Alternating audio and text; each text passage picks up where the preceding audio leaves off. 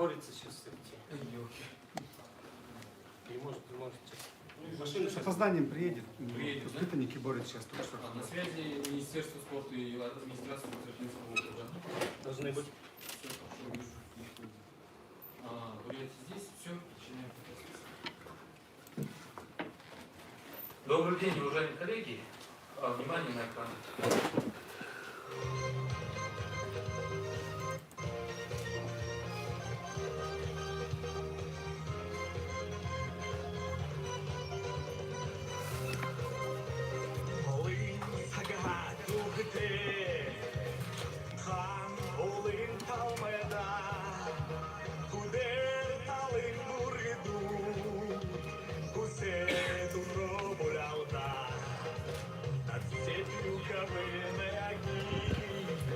Расправили крылья орлы, батыры бурятской борьбы, мы именем вашим горды. Борьба зовет нас всегда, бронзы тел отважных мужчин, пусть несет к Олимпу вершин. Уракша, смелей, уракша, уракша, смелей, уракша.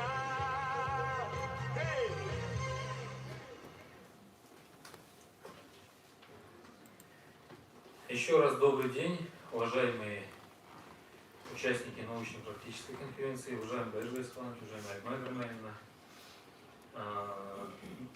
уважаемые участники и гости нашей межрегиональной научно-практической конференции под названием «Бурятская национальная борьба Буха-Барилдан как фактор развития этнической идентичности народа».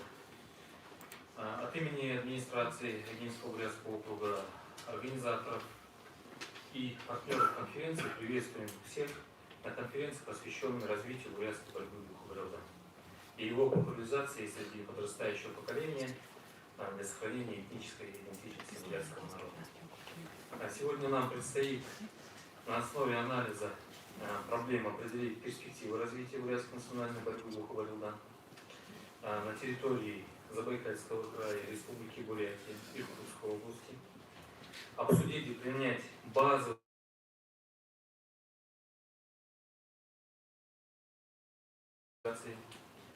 выработать комплекс мер по включению бурятской борьбы в всероссийский реестр национальных видов спорта. После завершения нашей научно-практической конференции у нас состоится церемония подписания соглашений между министерствами физической культуры и спорта Забайкальского края, Министерства физической культуры и спорта, молодежной политики Республики Бурятия, по Иркутской области, между федерациями спортивной борьбы этих регионов, соглашение о взаимном сотрудничестве, направленное на популяризацию развития нашей бурятской борьбы Буха-Барилдан. В работе конференции принимают участие Тамсуй Борис Иванович, сенатор Российской Федерации, почетный президент Федерации спортивной борьбы Забайкальского края, кандидат политических наук. Ванчикова Альма Германина, заместитель губернатора Забайкальского края, кандидат медицинских наук. Середкин Андрей Константинович, исполняющий обязанности министра физической культуры и спорта Забайкальского края. Козырев Иван Валерьевич, министр спорта и молодежной политики Республики Бурятия. С Иркутской области принимают участие в онлайн режиме представители Министерства спорта и администрации Усть-Ордынского бурятского округа. Мы приветствуем.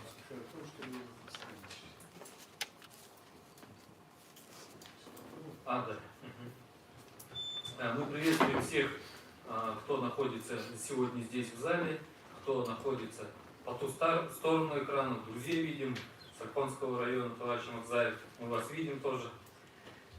Мы приветствуем Федерацию спортивной борьбы Забайкальского края, Республики Бурятия, Иркутской области, уважаемых ветеранов спорта, именитых спортсменов, борцов.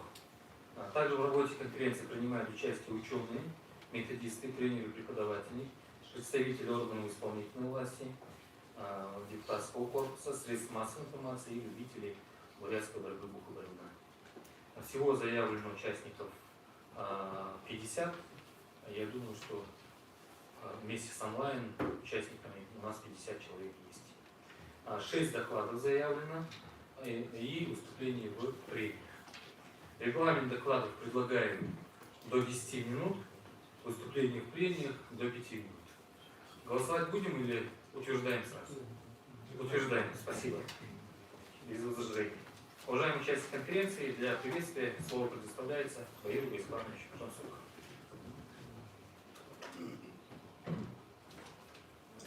Добрый день, уважаемые участники конференции.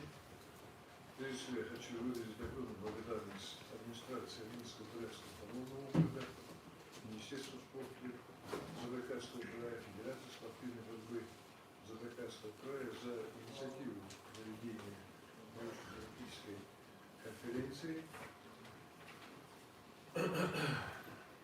посвященной бурятской национальной борьбе Базардан, развитию этнической идентичности народа. Хотел бы, уважаемые коллеги, напомнить, что бурятская борьба Базардан имеет добрые старые традиции, еще не запамятных времен. Наши предки состязались не только в скачках и стрельбе из лука, но одним из обязательных моментов проведения любых праздников являлась и Базардан. Конечно, Базардан имеет свои особенности в зависимости, где они проводятся, на какой территории. Достаточно большой вклад в развитие Базардан вносит олимпийскому виду правила ведения данной борьбы. Но это еще не принципиально, я считаю, что принципиально и стараться о том, чтобы определенные атрибуты в форме одежды борцов, в ритуалах поклонения священному огню или флагу соревнований, другие какие-то вещи очень такие ритуальные и вещи, которые говорят о том, что это происходит именно на бурятской борьбе Базардан. Какую-то одну форму одежды совершают какие-то ритуалы, как, допустим, тот же танец орла, а это еще от простой борьбы на траве, значит, да, или на земле, а есть это, может быть, голову, да, или еще другие вещи, которые как раз характеризуют эту борьбу. Как один из факторов самоидентификации бурятского народа. Я уже вижу, что иногда на больших соревнованиях по той же вольной борьбе, или многие ребята у нас занимаются спортивными единоборствами, наши победители в таком эмоциональном порыве исполняют танец орла, и люди тоже с интересом наблюдают за этими движениями и понимают, что действительно выступил бурятин, который представляет свою культуру, если уж не по правилам бурятской борьбы, но в любом случае тем самым показывает, что он бурят, что он является одним из носителей бурятской культуры. Поэтому я могу смело, наверное, сказать, со мной многие согласятся о том, что буряты, наряду с нашими знаменитыми певцами, знаменитыми военными конниками, они являются и носителями традиционной бурятской культуры, тем самым вносят вклад традиции бурятского народа, ну и является, должны понимать, и когда мы говорим о приближении к единым правилам на всей территории этнической Бурятии, да, к единой форме одежды, мы как раз тем самым вносим большой вклад в развитие в дальнейшем нашей бурятской культуры.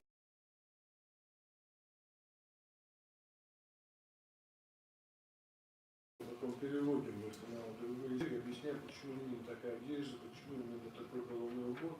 Даже по головному убору можно определить, какому роду бурятского народа принадлежит тот или иной спортсмен, который участвует в этих мероприятиях. Вот с этой точки зрения попытка создать единые правила формы одежды, это является, наверное, общим большим фактором для дальнейшего развития бурятской культуры в целом. Я бы еще хотел бы сказать, конечно, мы должны стремиться к тому, чтобы и знать историю той же борьбы, историю вот тех традиций, обрядов, которые существуют вокруг традиционных видов соревнований, но мы должны понимать, что мы живем и в современном мире, когда развивается спорт, меняются правила, и тем самым сохраняя основополагающие принципиальные факторы бурятской борьбы, мы должны ее развивать с учетом современных условий. Поэтому я думаю, что, конечно, какие-то нюансы, особенности должны быть, но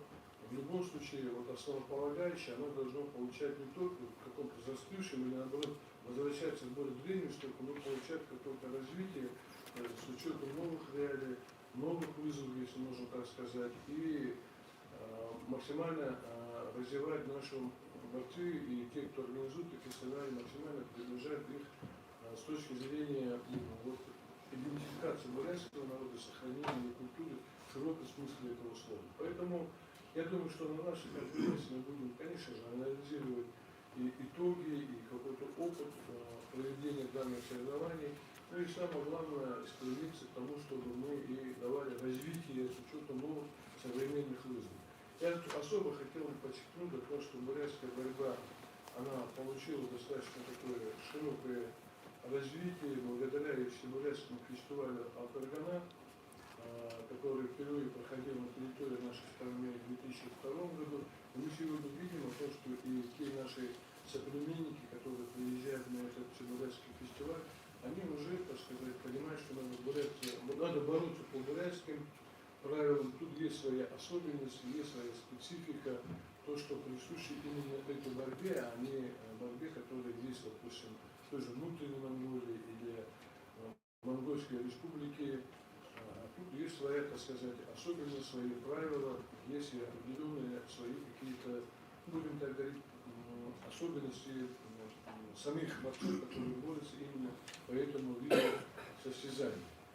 Я еще раз хочу выразить большую благодарность всем, кто сейчас принимает участие в нашей конференции. Я думаю, что эта конференция будет и полезным, и нужным, и даст толчок для дальнейшей популяризации такого красивого этнического вида спорта, каким является боксер борьба. Особо хочу благодарность выразить сегодня Министерству спорта нашего Забайкальского края, исполняющий обязанности министра, принимает участие в нашем мероприятии. Большое спасибо министру спорта Республики Бурятия, который недавно заступил на свою должность. Мы рады вас приветствовать здесь, в Ильинске. Желаю вам удачи, успехов. Почему? Потому что Республика Бурятия, город Улан-Удэ, сам город Улан-Удэ — это не только административный центр субъекта Российской Федерации Республики Бурятия, но это центр и бурятской культуры, в том числе и такого прекрасного вида спорта, каким является куларидам, и ваше участие, и то, что здесь будут участники конференции говорить и рассказывать, предлагать какие-то идеи, это, наверное, будет полезно и вам, и нашим коллегам из Забайкальского края, коллегам из Тульской области. Еще раз всех я поздравляю с началом научно-практической конференции. Желаю всем нам плодотворной работы. Спасибо за внимание. Спасибо, Олег Иванович. Действительно, уже 17 лет прошло с момента, когда первая конференция по бурятской борьбе и борьбам прошло. Мы абсолютно согласны с тем, что сегодня мы должны какие-то базовые единые правила посмотреть, но это не будет являться тоже, где будут и вариативная часть, например, которая может быть там, для Бурятии своя, для Иркутской области своя и так далее. Поэтому здесь мы еще все это пообсуждаем. Спасибо. Андрей Константинович Серегин, для приветствия министр, исполняющий обязанности министра спорта Забайкальского края. Уважаемые коллеги, добрый день. Спасибо вам, Олегу Ивановичу, за хорошее выступление. Мне кажется, уже все понимают, все сказано. Я хочу сказать, что мы вот до этой конференции уже связывались и с Минспортом Иркутской области, и с Республикой Бурятия уже тоже обсуждали.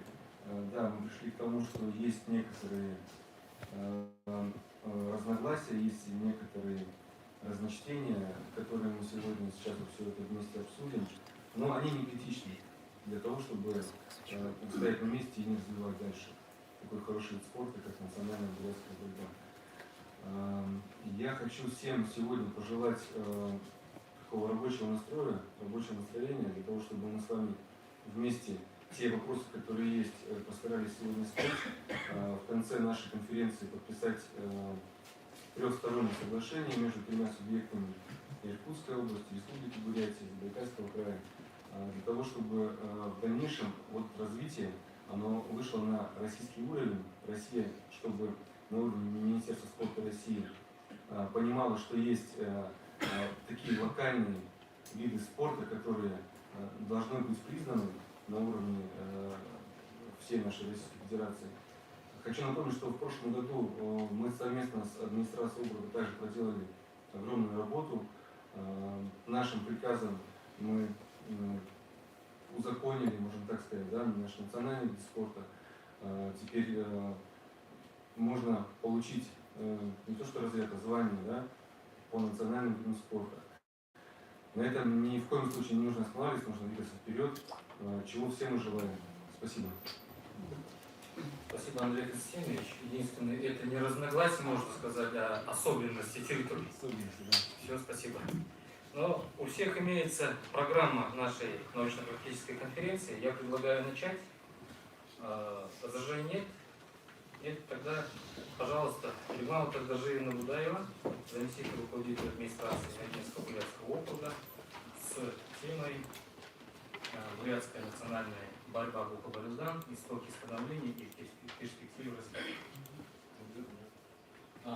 Кандидат географических наук.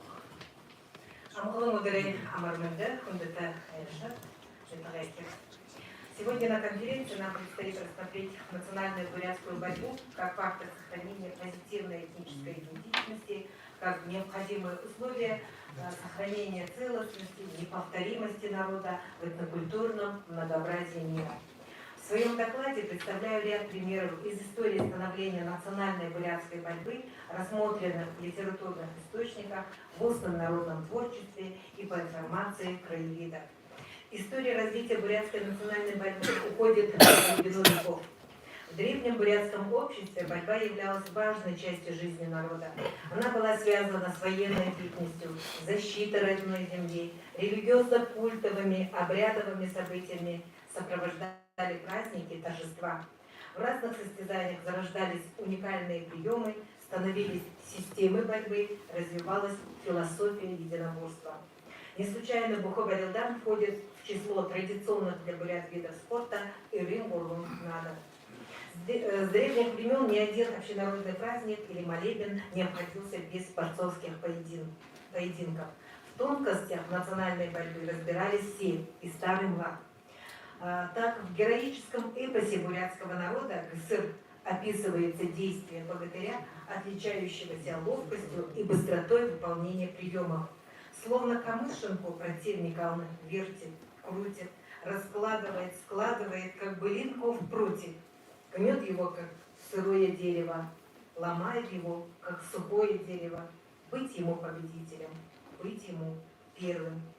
Первое упоминание о национальной борьбе у монголов можно найти в сокровенном сказании монголов, 1240 год. В этом же произведении описан эпизод борьбы между Бельгутаем, это братом Чингисхана, и Бурибухом, известным борцом, свидетельствующий о том, что уже в XIII веке у монгольских племен была развита борьба. Далее, если обратиться к описаниям соревнований по бурятской национальной борьбе, приведенных в литературных источниках, в книге Сугалы Дасан есть упоминание о проведенном в 1834 году обряде Рамне Цугальского Дацана, по окончанию которого были устроены соревнования Ирым-Урлун-Надо, в том числе Бухоборюздан. Эспер Ухтомский в путешествии на восток его императорского высочества наследника цесаревича описал, как 16 июня 1891 года агинские буряты встречали цесаревича Николая на реке Тура в специально построенном юрточном городке. Дамбини Мацаридаши в своей книге «Сугалы Дасан» со ссылкой на Даржижа Гматанжинова, Белзамбакша, это живиты агинского Дацана, описывает схватку известного Буха из Кумкура, борьбу и борца из Кветаги Халхо Ринчина. После долгих попыток применения коронных приемов бурятской борьбы, кветагинец удачно провел изнутри подсечку ногой, но тут же борец Даба провел контрприем и опрокинул борца. Борец Барбо-Даба получил приз от царевича «Империал достоинством» 10 злотых. Борцовские схватки проводились во время проведения религиозных праздников буддийских нацанов, во время празднования летнего ритуального праздника Абогэ-Натэн. И поныне соревнования занятия борьбой приветствуются дацанами и в целом буддийской традиционной санкой России. Интересная ситуация приведена в той же книге Суглы Дасын, когда в соревнованиях, проводимых на праздниках дацанов, принимали участие сами ламы. Известный лама аргинского дацана Винчин Самбу Данжина вышел на схватку с зуткулейским борцом Жамбын Сырым. Зуткулейский боец победил в данном поединке, но допустил демонстрацию своего превосходства. В последующем Жамбын Сырым, узнав, что поверженный им боец весь известный во всей округе Имши Бакша, пришел к нему с повинной, на что лама Самбу Данжинов ответил, что в борьбе должен кто-то победить. Такие примеры демонстрируют уважительное отношение к правилам бурятской национальной борьбы. В книге Дажи Ханды Ценгуевой «Хуби Заяны Элисы» рассказывается легенда о судунтуйском богатыре из рода Шарет Будхи-Батор. Легендарный богатырь метко стрелял, мог победить в схватке бурого медведя, крупного змея Абаргумовой. Часто охотился по тайге Булыры Алханая, и при этом всю свою добычу он раздавал беднякам. О знаменитом силаче Турахара, уроженце села Сахюрта, пишет Тамбаринчин Циринджапов в книге «Унын Цитхилы». Богатырь рода Лыглут-Хубзут прославился как Турахара, так как родители его кочевали по верховью реки Тура. Слава о нем сложилась именно как о незаурядном борце, который ни разу не проиграл схватки на Абогэ-Натэн после молитвы на горе Пунцев. Сохранились в народе имена известных Бухы, из Алханая Михита Базар, Артуец Башхам Нема, Юндунов Дугар из Бадалана, потомок Бабжа Барас Батора, легендарного героя, Худакта Буха, Жабер Абдан из Дагоя и многие другие. К примеру, во время строительства железной дороги Худакта Буха один переносил железнодорожную шпалу, тогда как другие поднимали ее в шестером. Цыдыпов Бату Цыдыпович из рода Батаргуд родился в 17 году в селе Токтанай. В годы службы в рядах Красной Армии в 1938-1939 годах был чемпионом по военному троеборью Краснознаменного Дальневосточного военного округа. Любителям борьбы того времени, любители хорошо помнят его по имени Таша Бата. Именно этим приемом Таша выигрывал многие схватки, проводя этот прием в обе стороны. В нашем округе известны династии борцов, когда добиваются выдающихся успехов представители нескольких поколений и родные братья. В Урдаге жил исключительно сильный Буха, рода Дылдыт Шарет Догаре Ричины Анчик. Его мама была женщиной недюжинной силы, могла одной рукой поднять бидон с водой. Его коронным приемом был Хамгандыгей. Виртуозно и ловко делал он данную подсечку. Внучатый племянник Анчика Цивик Максаров продолжает победные борцовские традиции семьи. Силовые качества спортсмена восходят к материнской линии Наваса Таларога. У бурят известны поговорки «Навасан Тынгаре Ундыр», «Навасан Нейхымбы». Они отражают традиционную систему воспитания, основанную на почитании старших, особом уважении к матери. Победные традиции известных борцов из Кункура, Цидашиева, Гурадарны, Владимира, Гурабазар, Баира, заложенных дядей Наваса Далаевым Даржином Сараевичем, чемпионом Тихоокеанского флота. Основателем династии борцов Дугаровых, Цириндашиевых, Циндемиевых и других в нескольких поколениях является Тоғок Дугар Джамбалов, родом из Зуткулея, известный также своими незаурядными способностями далеко за пределами Родины. В роду не менее именитых вольников Дамденовых из Гунырия, их братьев из Хатаги также были известные силачи. Дядя по материнской линии Даши, дядя Патен Бата, дедушка Патен Даба. Дошла легенда об их предке Шарен Сунды, это 17 век, которого отличалась смелость и сила. Он участвовал во всех поединках и битвах. Изучение народных преданий, источников, родословных известных борцовых династий, которыми богата наша Клинская земля, да вся бурятская с целью выявления истоков спортивных качеств позволяют сделать вывод о том, что настоящие борцы, богатыри, баттеры вырастают там, где сохранены традиции воспитания, где сильны духовные ценности народа. Вместе с тем, в разные годы развития общества складывались разные условия для сохранения и развития культурного наследия, изменялись техники и правила. В середине 20 века с развитием вольной борьбы, затем классической, самбо, дзюдо стали проводиться соревнования по национальной борьбе. Наряду со старыми в арсенал вошли новые приемы из других видов борьбы, в том числе вольной. При этом заслуживает внимания, когда изучаем источники, интересные форматы проведения соревнований, такие как, например, Можо Барюта. Это прообраз не менее уникального турнира Агенского бурятского округа по вольной борьбе памяти Батмы Циренова, когда команда спортсменов встречается стенка на стенку. Последние десятилетия спортивное сообщество заинтересовано в возрождении аутентичных правил бурятской национальной борьбы. Исторически важным событием в развитии бурятской борьбы была конференция 2005 года, о котором говорилось выше, когда были обсуждены и приняты новые правила соревнований по бурятской борьбе Байлдан. Уважаемые коллеги, спортсмены, молодое поколение, сегодня для всех нас крайне важно изучать, как развивалась национальная борьба, как особенности национальной борьбы Буху-Барилдан отразились в народном творчестве и литературе. Через исследование мы можем сохранить уникальное наследие нашего народа, традиционный вид спорта Буху-Барилдан.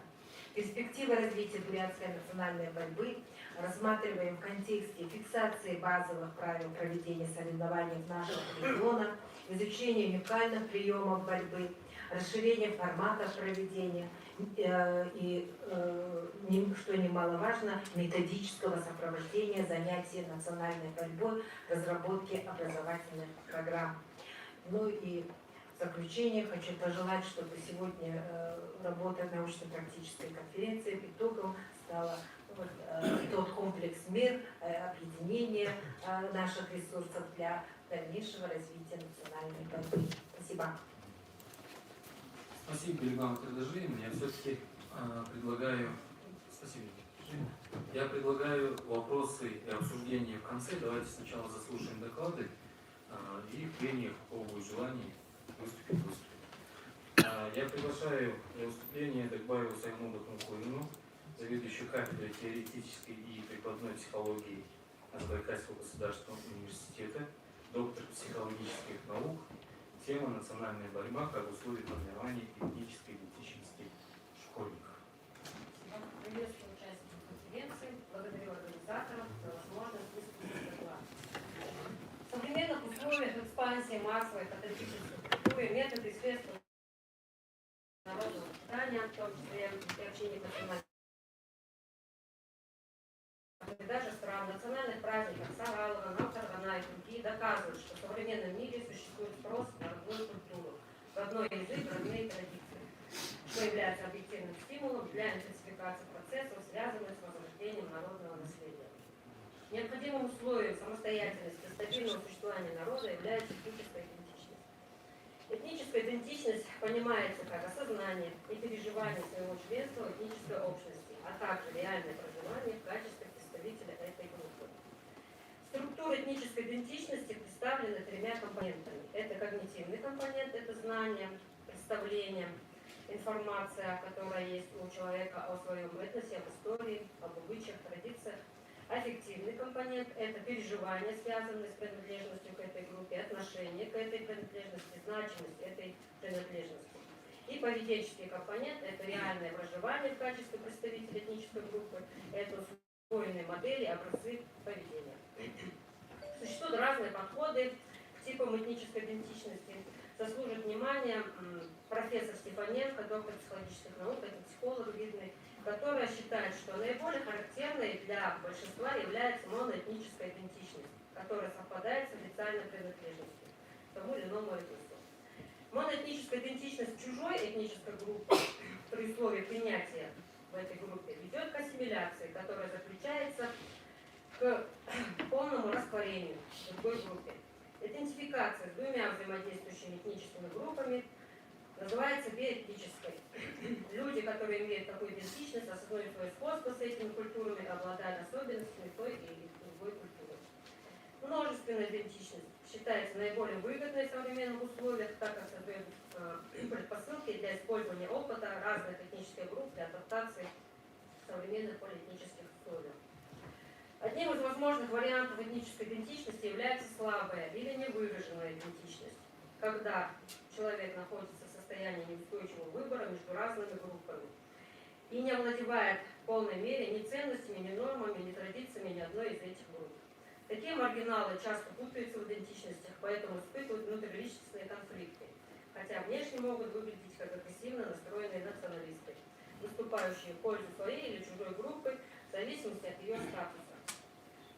Возможен вариант полного отсутствия этнической принадлежности, когда человек просто отрицает этнический фактор как таковой, считая, что мы все земляне. Иную классификацию типов этнической идентичности предлагают Солдатова и Рыжова, психологи Московского государственного университета, которые выбрали в качестве основного критерия шкалу этноцентризма, которая включает диапазон оценок от отрицания этничности, то есть гипоидентичность, до национального фанатизма, гиперидентичность. Исследователями выделены в качестве разновидности гипоидентичности этнонигилизм, то есть отрицание этнического фактора, и этническая индифферентность, то есть размытость, неопределенность, неактуальность этнической идентичности. Этническая гиперидентичность представлена этноэгоизмом, которая предполагает напряженность и раздражение по отношению к другим этническим группам.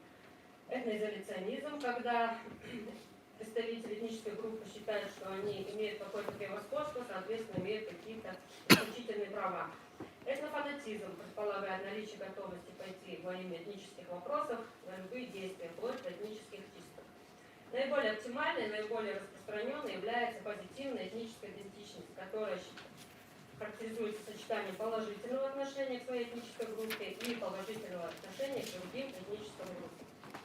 То есть в идеале нужно сформировать позитивную этническую идентичность. Ее формируют различные методы, в том числе методы, приобщающие детей к этнической культуре, проведению народного творчества, методы организации совместной деятельности, традиционные народные праздники, народные игры, национальные виды спорта.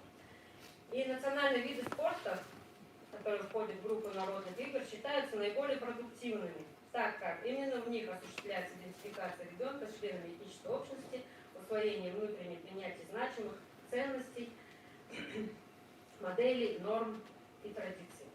Понятие традиционные игры широко используется в мире, включая в себя многообразие традиционных видов физической активности. Традиционные игры провозглашены ЮНЕСКО неотъемлемой составной частью культурного наследия человечества, которое служит воспроизводству этой культурной идентичности и культурного многообразия. Бурятская национальная борьба, буквально, это не просто соревнование в силе выносливости и ловкости, это борьба, порожденная глубокими этнокультурными и этногенетическими особенностями. То есть это культурное наследие, которое передается из поколения в поколение, сохранение его самобытности. И это борьба, где борец побеждает не физической силой и массой тела, а хитростью и умом. В связи с этим именно национальная борьба, популяризация национальных видов спорта считается одним из самых перспективных направлений формирования этнической идентичности подрастающего поколения. Вышеизложенные факты были подтверждены результатами исследования, проведенного нами. Цель исследования состояла в кросс-культурном анализе этнической идентичности школьников, принадлежащих к разным этническим группам и выросших в разных этнокультурных средах. Мы взяли за критерии приобщенных к национальным видам спорта и не приобщенных к ним, соответственно. Как видно на слайде, для большинства опрошенных школьников наиболее доминирующей является позитивная этническая идентичность. Следующим по выраженности является этническая индифферентность. Третье место занимает этнофанатизм, далее этноэгоизм, этноизоляционизм и самое последнее место занимает этнонигилизм. Как показал сравнительный анализ, старшеклассники, принадлежащие к бурятской культуре, показали более высокий уровень позитивной этнической идентичности. По остальным показателям различий не выявлено. Данный факт можно объяснить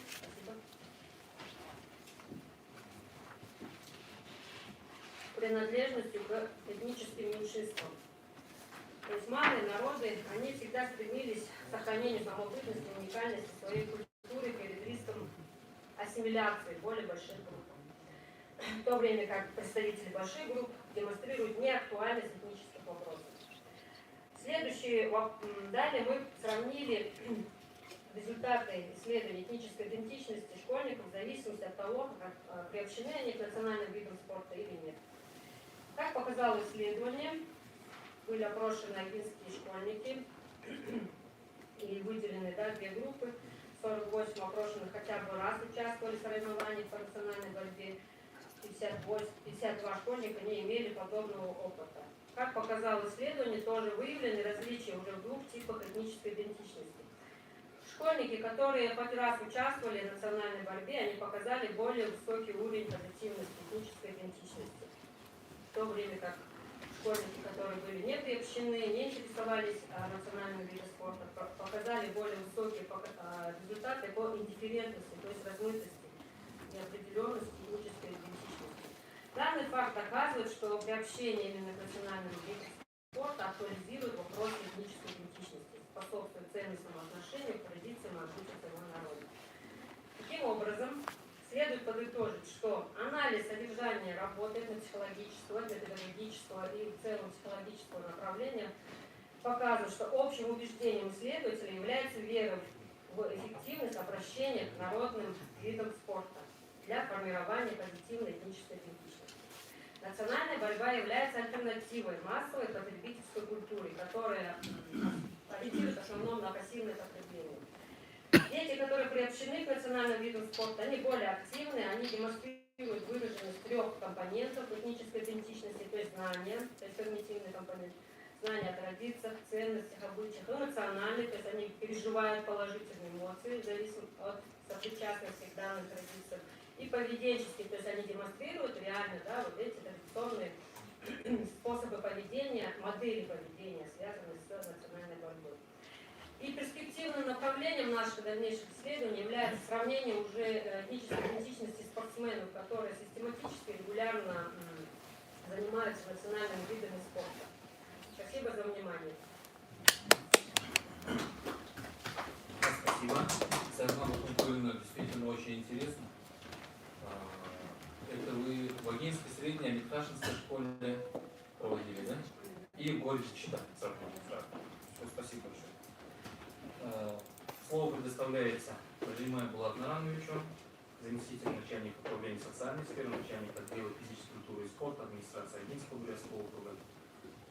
Тема доклада развития бурятской борьбы в Забайкальском крае.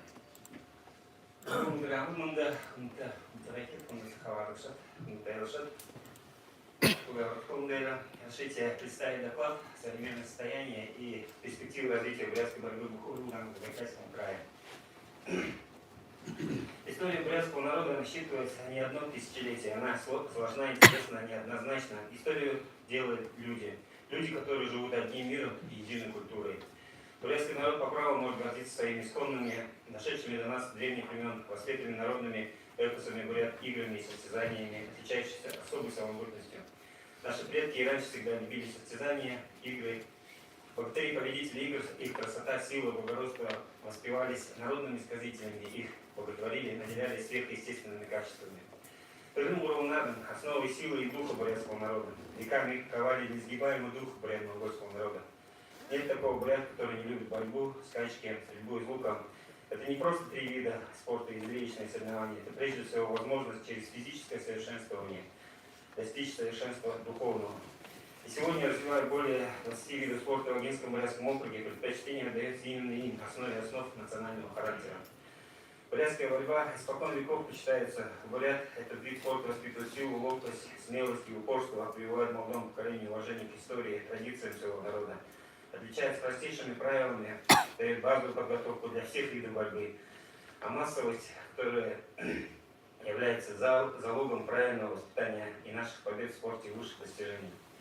Популярность Вайбудана заключается в ее эмоциональности, простоте и доступности, красоте и зрелищности, и требует специальных оборудований и так далее. В свете возрождения национальной традиции важно тщательное изучение и освоение древних правил, а также использование накопленного опыта за последние 15-17 лет при проведении соревнований, основанных на принципах объективности, честности и справедливости в современных условиях. Сегодня спортивный календарь насчитывает свыше 20 турниров и соревнований по бурятской борьбе. Самыми крупными считается окружной культурно-спортивный праздник Зоне-Надо, чемпионат открытый, чемпионат Забайкальского края, большой приз Алханая, абсолютное первенство всероссийского турнира Базарничино. Это и традиционные соревнования на призы Дацанов Агинского округа, летние игры Рым-Ворум-Надо, турнир на призы ректора Чеченской государственной медицинской академии, именные соревнования по районным округам. Самым престижным является абсолютное первенство Международного бурятского фестиваля «Автогана», который дает возможность международного признания спортсменам. Анализируя развитие нашей стрельбы из лука, конного спорта, успехи бурятских борцов, можно констатировать, что именно на основе опыта национальной стрельбы из лука, традиционного коневодства и национальной борьбы сложились предпосылки успешного развития данных видов спорта по международным правилам. Бурятские национальные виды должны сохраниться как массовые общедоступные средства оздоровления молодого поколения, нравственного и патриотического воспитания, как часть народной культуры. Полученные при занятиях качества и навыки являются основой для достижения успеха в любом другом виде спорта. В одном из интервью двукратный олимпийский чемпион великий Иван Ерыгин говорил: у нас сборная интернациональная команда. Если русские, армяне, сетины, дагестанцы, якуты, буряты и другие, все они обязательно прошли через изучение своей национальной борьбой. Поэтому у многих атлетов богатейший арсенал приемов. Именно с поединков по бурятской борьбе начинали свой путь в большой спорт заслуженный мастер спорта Базар Базаргуруев, 14 мастеров спорта международного класса и более 150 мастеров спорта СССР и России в Агинском округе.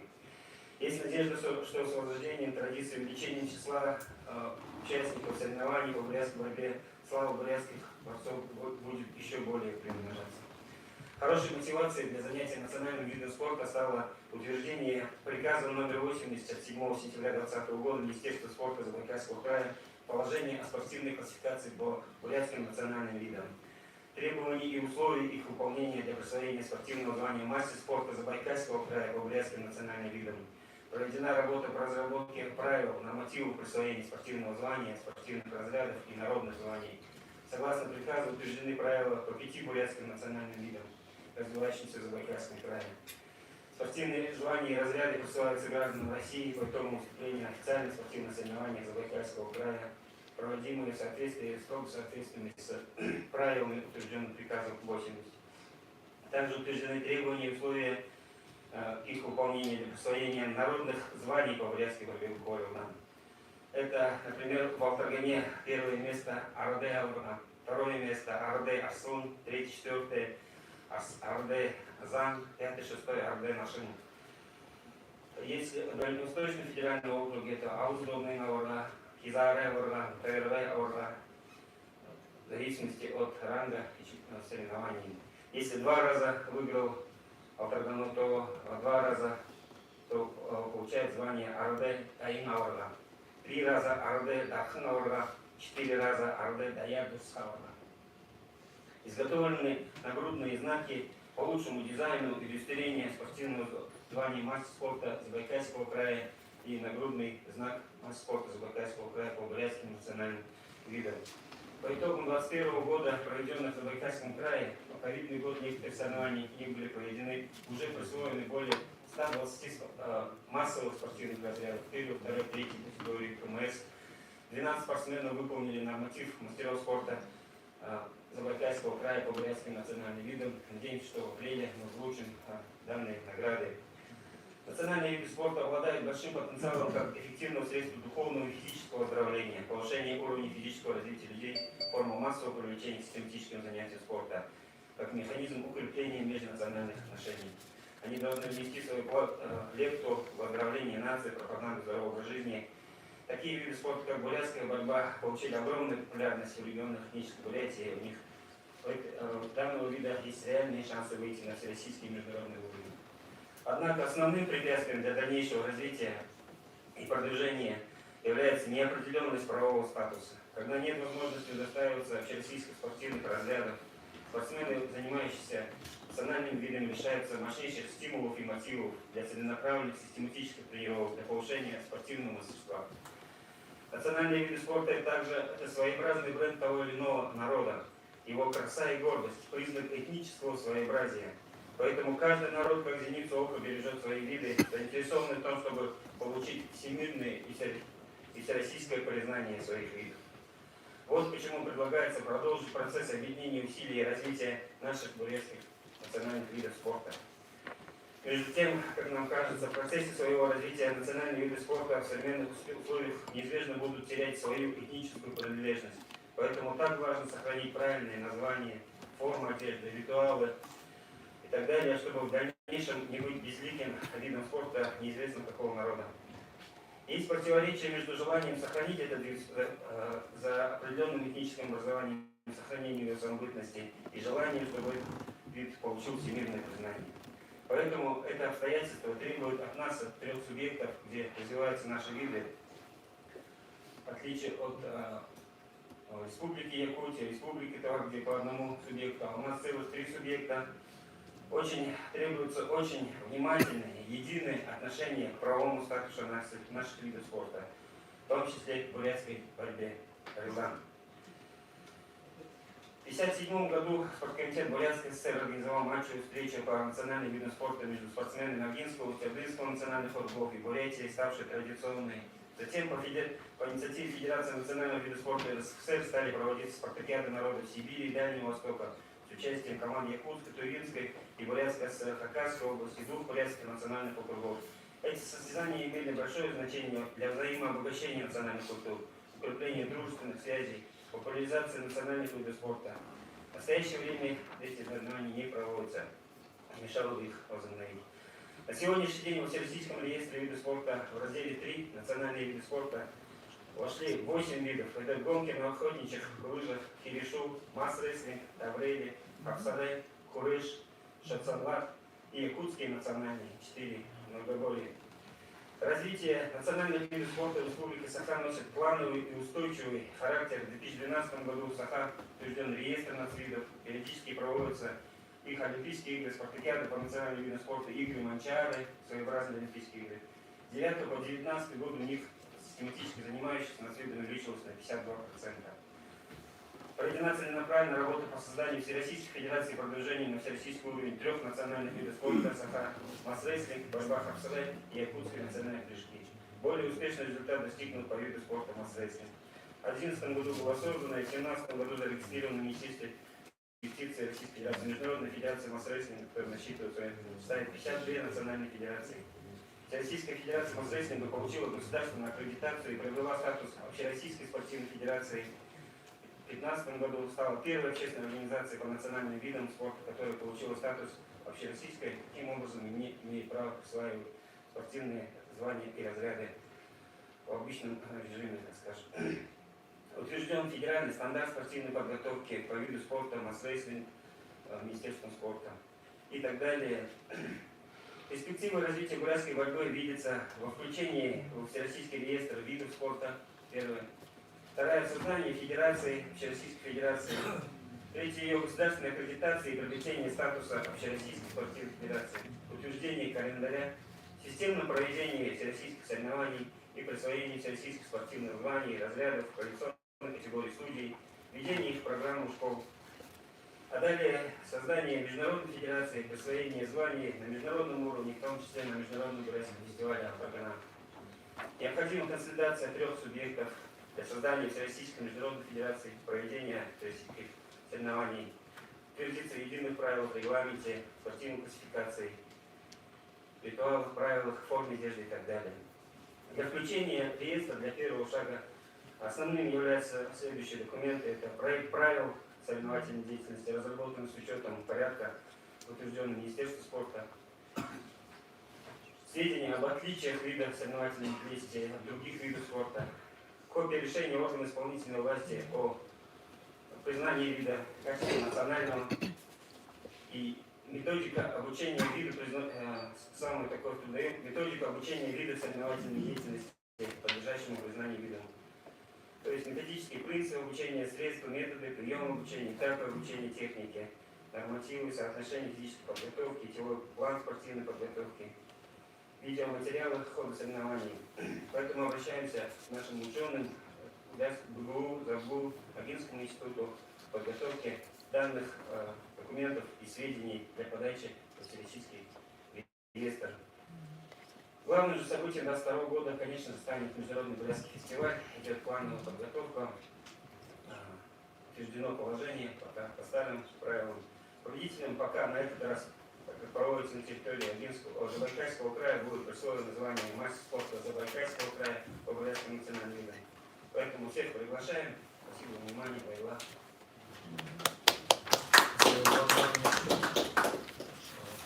Олег Алексеевич, нам, наверное, надо в течение следующей недели все-таки доработать, да, и в апреле месяце в начале уже вывести 12 мастеров спорта. Вы итоговые коллеги. Договорились. Хорошо, договорились. Спасибо, Олег Ильич. если вы помните. Слово основным вопросом для включения Бурятского федерального реестра становится наличие базовых правил проведения национального вида спорта, как уже Влад Иванович сказал. Поэтому слово для доклада по правилам бурятской борьбы буквально нам предоставляется Атабол Куздашнева Шагал, президент Федерации спортивной борьбы Забайкальского края, директору шорт по активным национальным видам спорта Забайкальского края. Добрый день, уважаемые участники конференции. Региональная общественная организация Федерации спортивной борьбы Забайкальского края создана в 2006 году. Спортивная федерация, согласно уставу, создана в целях развития и популяризации спортивной борьбы на территории Забайкальского края, в том числе и спортивных дисциплин, таких как вольная борьба, бурятская борьба, башкуларюдан, крышаринская борьба, анкартион, трекинг. Также их модификация утвержденных Международной федерацией объединенных сил борьбы. Федерация осуществляет пропаганду организации проведения спортивных мероприятий, подготовку спортсменов, членов сборных команд Забайкальского края. В 1997 году была создана Федерация спортивной борьбы Агентства Бурятского автономного округа, который решил наряду с вольно и активно развивать бурятскую борьбу, включить его все крупные спортивные мероприятия Агентского округа. В 2005 году на базе Национального парка Алханай, администрации Агентского Бурятского автономного округа, Федерации спортивной борьбы и региональным общественным фондом «Нога спортивная» была проведена межрегиональная научно-практическая конференция «Бурятская школа борьбы, проблемы и перспективы». Борцовский форум собрал почти 100 делегатов из Бурятии, Читинской области. И в течение времени Бурятия в Забайкальском крае. Но основное правило – положить на 3 точки, едино и незыблемо для всех. На сегодня в нашем крае были разработаны правила вида спорта Бухабарюдан, бурятская борьба, на основании порядка разработки правил вида спорта, утвержденными спортом России. Настоящие правила вида спорта Бухабарюдан, бурятская борьба, действуют официальные соревнования по бурятской борьбе Бухабарюдан, проводимых региональной федерацией спортивной борьбы и иными органами на всей территории Забайкальского края. Настоящие правила определяют характер и способы проведения соревнований, требования к участникам соревнований, тренерам, представителям судейской коллегии, их права и обязанности, жесты, команда на бурятском языке, порядок проведения соревнований, схватки, определяют требования к оборудованию мест проведения соревнований. У всех у вас данные правила есть, в раздаче материалов остановлюсь на самых основных. Соревнования проводятся строго в соответствии с требованиями настоящих правил. В соревнованиях определяются личные и лично-командные и командные результаты. Личные результаты определяются в весовых категориях в абсолютном первенстве. Характер соревнований в каждом отдельном случае определяется конкретным положением в предстоящем соревновании. В зависимости от количества участников соревнований проводится по олимпийской системе и по круговой системе. Олимпийская система – это участник, когда выбывает после первого поражения. Возможно применение к кругу приведения. Участник, проигравший в полуфинальном поединке, борется за 3-е место. Если количество участников одной весовой категории менее 6 человек, в данную весовую категорию применяется круговая система. Круговая система. При круговой системе участник встречается с каждым соперником. Форма протокола проведения соревнований по круговой системе. Участники соревнований делятся на следующие возрастные группы. Это юноши до 18 лет, мужчины от 18 до 39 лет и мужчины-ветераны до 40 лет и старше. Возрастные группы в каждом отдельном случае определяются конкретным положениям о проведении соревнований с данного перечня возрастных групп. Соревнования по бурятской борьбе по брендам проводятся в спортивных дисциплинах, то есть в весовых категориях. Абсолютный первенство. Соревнования проводятся до звания абсолютного чемпиона из разделения участников в весовых категориях. Минимальный вес участников этих соревнований определяется положением соревнований. Участники соревнований делятся на следующие весовые категории. Юноши до 18 лет – это весовая категория от 30 до 40, от 50, 60, 70, 80 и свыше. Мужчины 60 до 60 кг, до 70, до 80, 92 и свыше. Мужчины-ветераны также до 60, до 70, до 80, 92 и свыше. Весовые категории в каждом отдельном случае определяются конкретным положением предстоящих соревнований с данного перечня весовых категорий. Экипировка участников у нас на Забайкальском крае на территории проводится.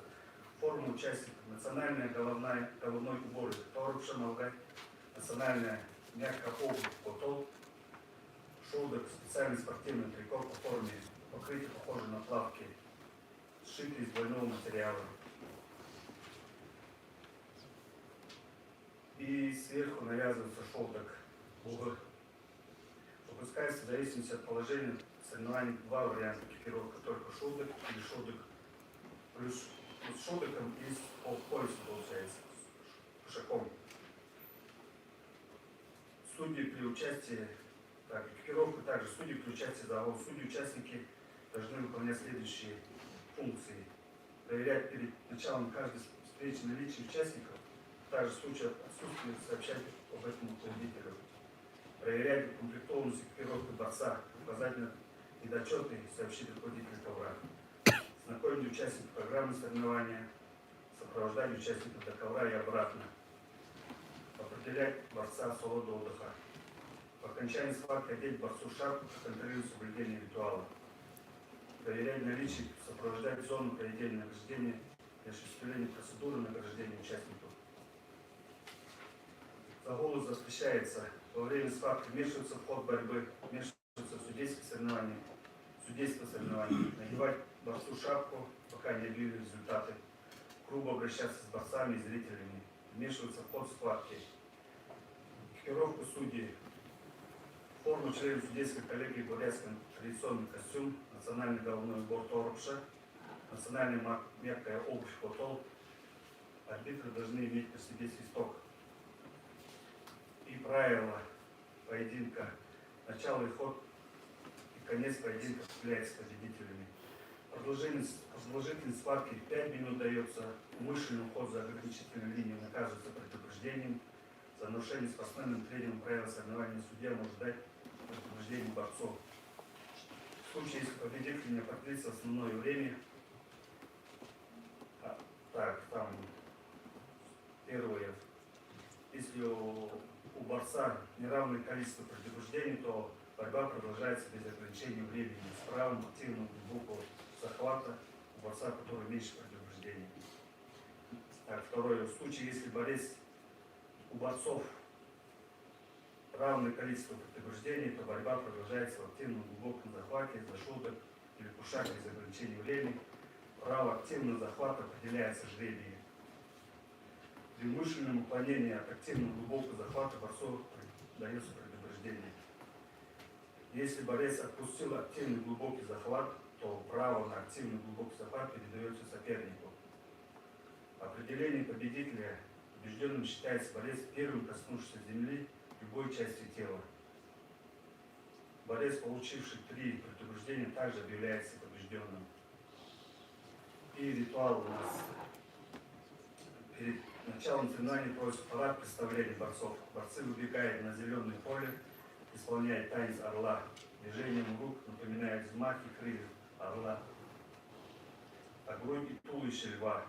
У каждого борца свой залог, который в форме своеобразного напева представляет своего борца, называя его имя, откуда родом. В ходе поединка залог помогает своему подопечному с экипировкой, держит головной убор спортсмена. Второй. Борцы, вызванные на схватку, становятся с правой и левой стороны судейского стола, начинает ритуал поединка 3 хлопками по бедрам, чередующим по внешней и внутренней стороне. Это символизирует, что мужчина состязается в 3 видах борьбы: стрельбе из лука и скачках и кубардан.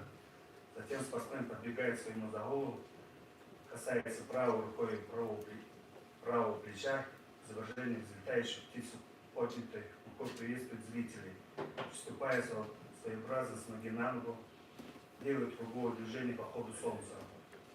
Сделав 3 ритмичных шага, меняет руку и плечо, останавливается по правую руку за голову, достоинством ожидает своего соперника.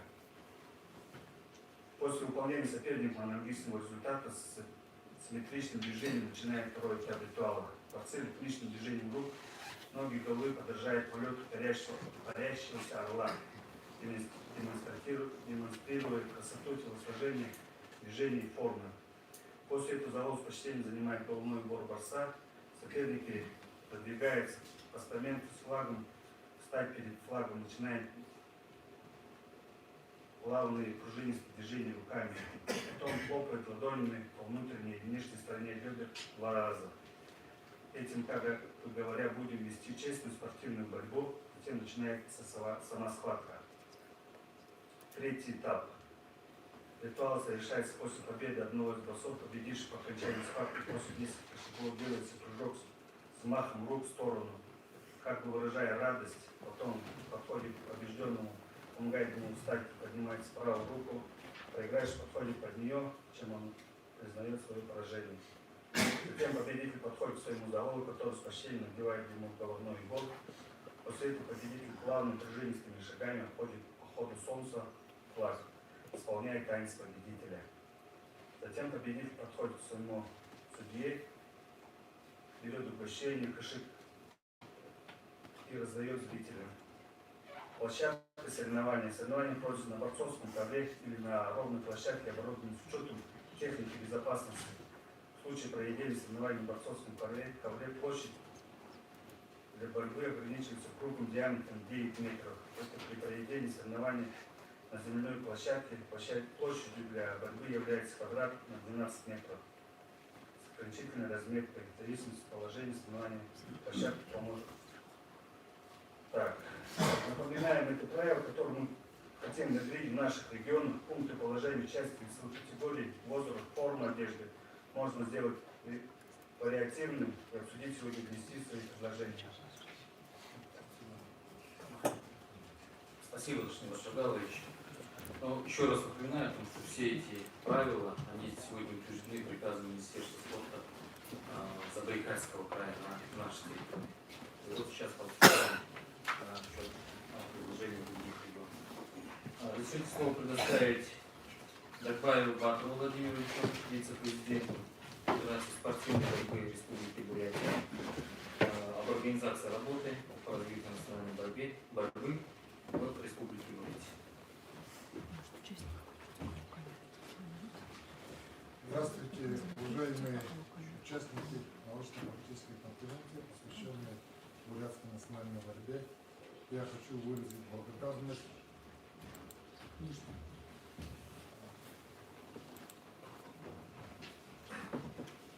Здравствуйте, уважаемые участники научно-практической конференции, посвященной бурятской национальной борьбе Бухубарина. Я хочу выразить огромную благодарность за такой интерес. Я сам много лет занимался бурятской национальной борьбой и вольной борьбой, и очень тронут таким вниманием общественности, государственных структур к нашему виду спорта. В Республике Бурятия за последние 30 лет проводится достаточно большая работа по популяризации бурятской национальной борьбы. Мы помним, что за последние 40-50 лет как проводились наши соревнования по бурятской борьбе, сколько раз в году проводились, какие участники там были. Сегодня она действительно вообще популярность развития вида спорта — это когда есть большой зрительский интерес, интерес общественности, и когда есть достаточное количество стартов. На сегодня на территории Республики Бурятия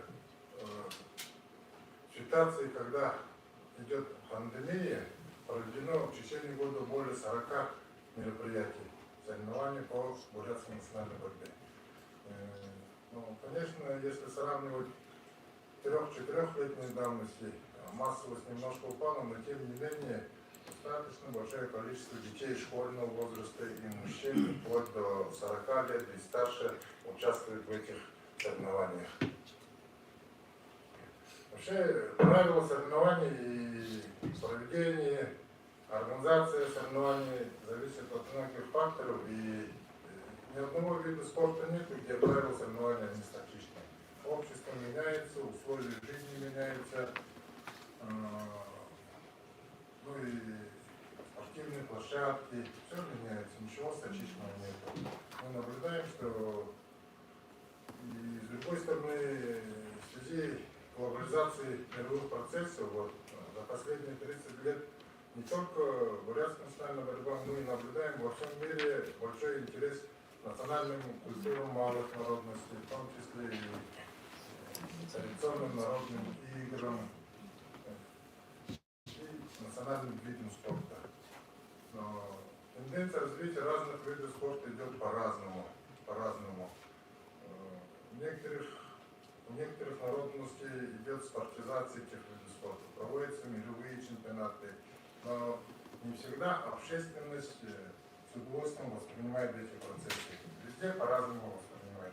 Где-то играет положительную роль, где-то и отрицательную роль. В 2011 году в Российской Федерации создана Федерация этноспорта Российской Федерации. Президентом этноспорта России является господин Пиласов Алексей Валерьевич.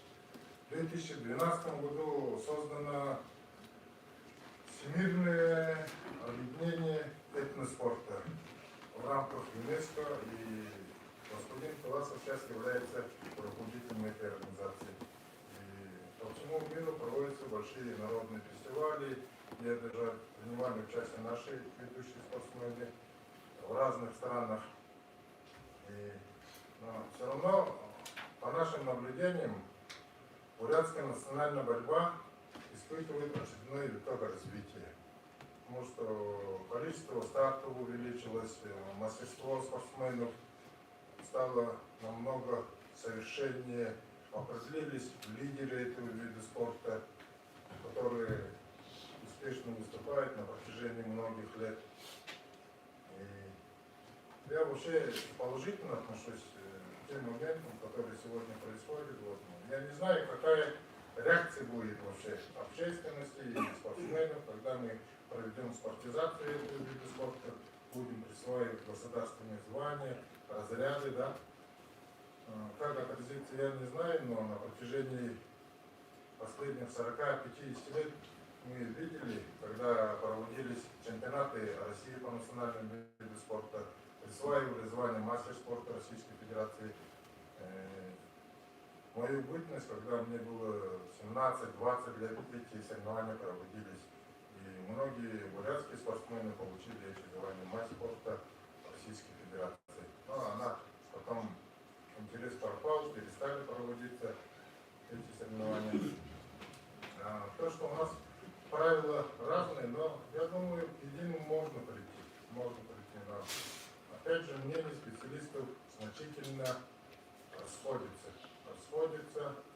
И с другой стороны, мы наблюдаем в мире развитие других видов спорта. Если взять пример профессионального бокса, есть же достаточно много федераций, которые проводят чемпионаты мира по разным версиям, да, где и правила, и условия соревнований немножко незначительно отличаются. Ну и с другой стороны, вот в Республике Бурятия за последние годы созданы государственные структуры. В 2019 году открыт отдел национальных видов спорта, который успешно совместно с буддийской традиционной сакой, меценатами, бизнесменами проводит совместно большую работу по популяризации наших видов спорта. Они не только бухубардан, но и стрельба из лука, и конные скачки в этих рамках проводятся соревнования. Еще что хотел сказать? принципе, у меня все. Я думаю, если будут вопросы, я могу ответить на них. Спасибо. Батыр Владимирович, напомню, является кандидатом педагогических наук, заведующий кафедрой спортивной дисциплины и туризма Бурятского областного университета имени Башбанзара. Вопросы, может быть, сразу есть? Нет? Спасибо. Слово хочу предоставить Алексееву Валерию Карловичу, исполняющему. Не можно ли вопрос, да? Да. Я думал, что мы в конце будем задавать вопросы, да? Батыр Владимирович, вот как вы считаете, стремление – это цель благородная или все-таки она не очень, так сказать, принесет пользу создания такой всероссийской федерации по бурятской борьбе, Валердан, да? Вот сегодня выступали ваши предыдущие коллеги, докладчики, они говорят о том, что для того, чтобы там зарегистрироваться, нужны определенные набор документов. В том числе должны быть единые правила, по которым будут проводиться пересоревнования. Первый вопрос, да? То есть, если мы хотим выйти на создание единой федерации, мы должны иметь единые правила, которые, так сказать, являются одним из основополагающих документов для регистрации в качестве самостоятельности Российской Федерации. Это вот первый вопрос. Второй вопрос, значит, как вы считаете, значит, оправданно будет, если, допустим, какие-то официальные соревнования межрегионального уровня мы будем проводить по этим единым правилам. Ну, вот несколько таких базовых соревнований, как, допустим, большой приз Алханая, может быть, в Бурятии что-то там будет проводиться, которые имели бы тоже всероссийский статус. И понятно то, что бурятская борьба, она имеет очень множество такой вариантов, да? С учетом вот Санха тоже старается свое что-то применить. Есть интересы, свои правила ведения борьбы, где-то тоже отличаются некоторыми вариантами. На тех же Гербинских играх, да, тоже свое своеобразие есть, начиная с ритуала, формы, надежды, вот таких. Богинские мы тоже проводим. Вот возможно эти вещи? Я, конечно, буду говорить только свое мое личное мнение. Вообще, я вижу такой вариант развития. Мы можем по одним правилам проводить где-то 3-4 таких общих, крупных, масштабных соревнований в рамках каких-то фестивалей или праздников. Но и придать этому статусу, государственный статус, где войдем в реестр видов спорта, будем присваивать звание мастер спорта международного класса, мастер спорта Российской Федерации. Такой вариант вижу, но с другой стороны, вот, требования, квалификационные требования по присвоению этих видов спорта имеют свои нормативные требования. Если мы международно проводим, то не сможем присваивать звание мастер спорта России. Статус должен быть только мастер спорта международного класса. Если мы будем всероссийские, и там ряд таких финансовых нагрузок будет нести.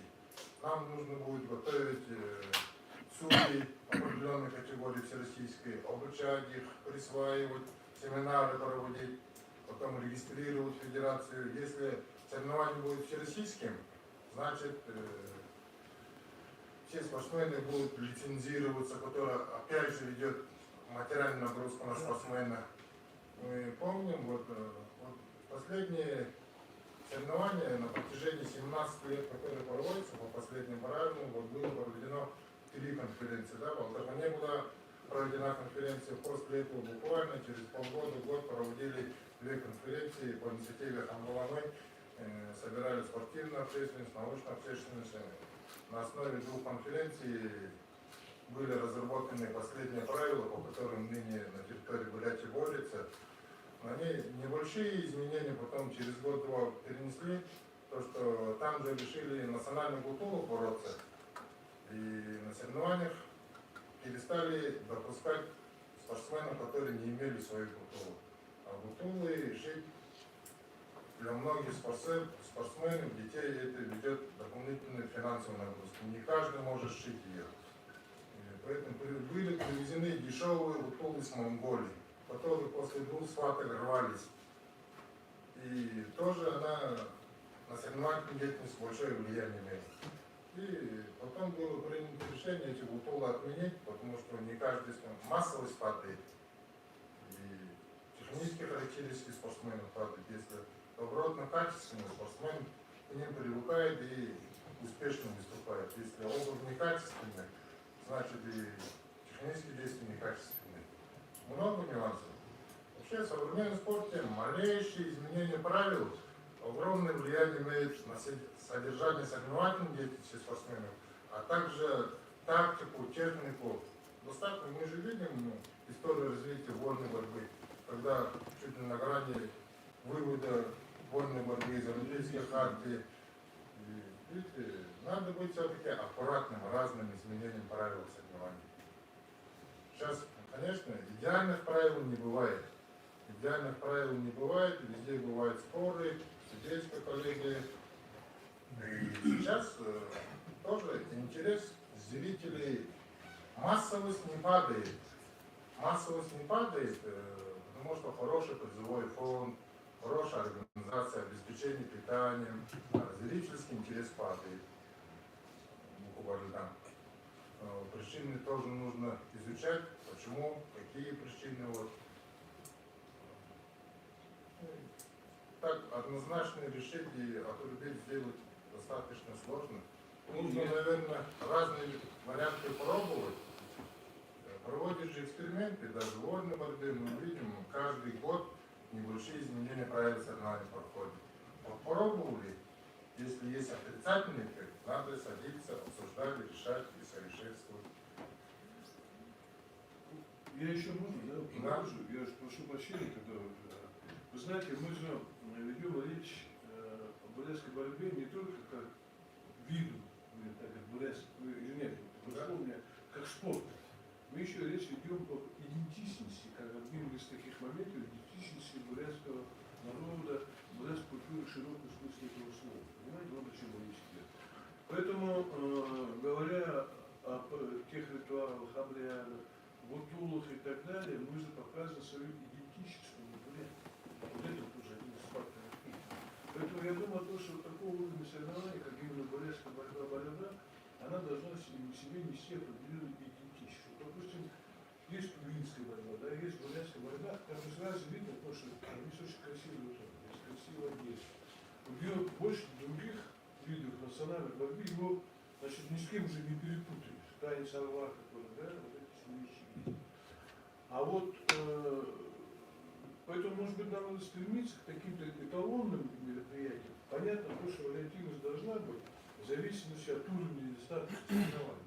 Должны же быть, допустим, такого образцового показательного соревнования, к которому люди постепенно должны стремиться, как вершине. А не все сводить, допустим, ну, я не хочу сказать о том, что такой чисто дворовый вид спорта, но есть же дворовый футбол, в конце концов, да, есть хоккей в валенках, есть и олимпийские виды по хоккею и так далее, футбол есть классический, к которому все стремятся. Но эти же ребята растут как раз с этого уровня, да, вот эта масса сохраняется.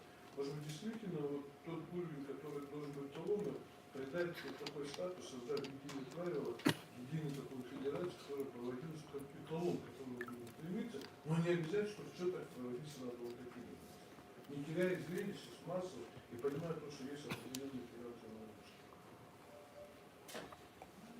Я считаю, что вы правильно предлагаете, если общественность, государственные структуры будут обеспечивать все эти параметры организации соревнований, то есть руководители команд найдут средства, экипируют спортсменов своей команды, да, должным уровнем. И это будет, конечно, красиво, хорошо и будет только украшать наш вид спорта. Спасибо. Спасибо, Павел Владимирович. У нас на связи находится Алексеев Валерий Карлович, исполняющий обязанности начальника отдела по национальным видам спорта администрации Минского Бурятского округа по вопросам развития бурятской борьбы в Иркутской области. Пожалуйста. Добрый день. Приветствую всех участников нашей конференции. Ну что хочу сказать. Работа всей нашей администрации по национальным видам спорта проводится согласно ведомственной целевой программы развития национальных и массовых видов спорта на территории Сардынского Бурятского округа, которая на сегодняшний момент принята на период 2019 на 2024 годы.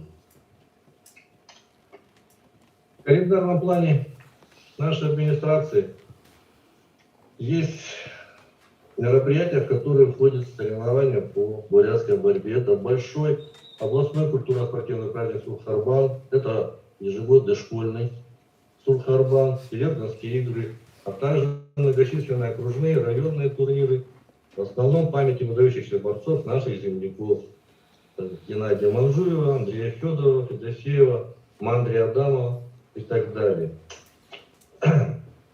Ну, что бы хотелось сказать по теме нашей сегодняшней конференции, переходя к вопросам о развитии бурятской борьбы. Федеральный закон о физической культуре и спорте в Российской Федерации дает такое определение. Национальные виды спорта исторически сложившиеся в этнических группах населения, имеющие социально-культурную направленность и развивающиеся в пределах одного субъекта Российской Федерации. Подчеркну слово «одного». Как мы видим, данное определение вносит некоторый вопрос по отношению к национальным видам спорта бурятского народа, так как исторически, в силу многих причин, бурятский народ многие годы был и остается разделенным. Это Республика Бурятия, это Забайкальский край, Агинский Бурятский округ, это Иркутская область, Усть-Ордынский Бурятский округ, это Монголия, это Китайская Народная Республика, автономный район внутренней Монголии. Многие десятилетия, даже столетия в разных странах и в разных субъектах Российской Федерации буряты жили практически замкнуто в границах своего проживания и развивались самостоятельно. Поэтому многие традиции и обычаи стали более и более различаться под влиянием окружения из-за различных направлений и степеней ассимиляции. Касательно бурятской борьбы, говорил Дан, мы, как Иркутская область, наверное, наиболее ассимилированные. По бурятской борьбе у нас наибольшие спорные вопросы по принятию даже этих же правил, которые сегодня говорим. Это касается и формы участников, это касается и многих ритуалов, которые у нас максимально упрощаются, и практически это, и как говорили вот предыдущие товарищи, теряем идентичность. Прочие вещи. Много вопросов по Кушакам. В сегодняшний момент у нас большие трудности и созданием общественных организаций, тоже федераций в бурятской борьбе, которую необходимо. Поэтому мы уверены, что встает естественно логичный вопрос о выработке и утверждении единых правил по бурятским видам, в том числе и по бурятской борьбе. Нужно приходить, к чему-то единому, как уже сейчас только что было сказано. В случае каких-то непреодолимых разногласий, может быть, стоит рассмотреть вопрос о принятии каких-то дисциплин в этом виде спорта, где как-то будут отличаться. Потому что, как говорил предыдущий оратор, Абатр Владимирович, то есть более строгое слежение ритуалам, это будет для каких-то больших, значимых, крупных мероприятий, а для того, чтобы нам сохранить массовость, нам надо будет идти на какие-то уступки, и в той же форме, и в тех же ритуалах, каких-то, хотя по ритуалам вопрос, так скажем, спорный. Поэтому наша администрация, мы поддерживаем заключение подписания данного соглашения, которое сегодня предлагается. Обещаем, что будем максимально участвовать в этой работе. Благодарим Министерство спорта и физической культуры Забайкальского края и администрацию Агинского Бурятского округа, то, что не взяли на себя роль этого локомотива в данном вопросе, потому что, как я уже озвучил, на нашей территории вопрос стоит уже достаточно остро, что мы действительно теряем, мы уже действительно отходим. Примерно. Спасибо за внимание. Валерий Карлович, спасибо большое. Я так понимаю, что мы вместе тоже усилия свои в одно русло направим. В том числе сегодня у нас есть представитель от Федерации спортивной борьбы Иркутской области, который готов подписать при этом от Министерства спорта Иркутской области пока нет, поэтому в рабочем порядке мы это сделаем. Спасибо. На этом мы основные доклады завершили. Для обсуждения в прениях предлагаю слово предоставить Алдарову Аюру Алдаровичу, старшему тренеру по национальной борьбе Республики Бурятия, мастер спорта России.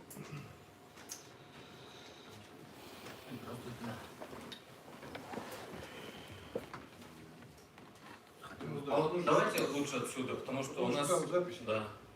Вы не стесняйтесь.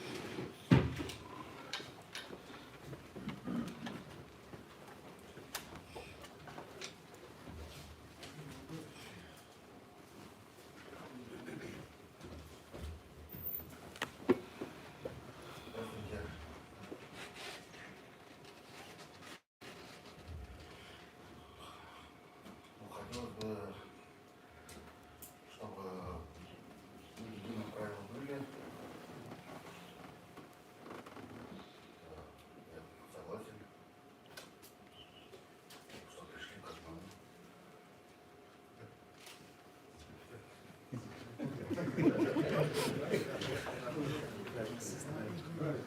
Аюр Алдарович, вы считаете, что вот Борис Александрович только что говорил, что следение к единым правилам, какие-то мероприятия проводить нижерегионального, всероссийского уровня по единым правилам, а если есть какие-то особенности на территории, то можно проводить и стремиться к этим единым правилам. Это нормально, хорошо, да?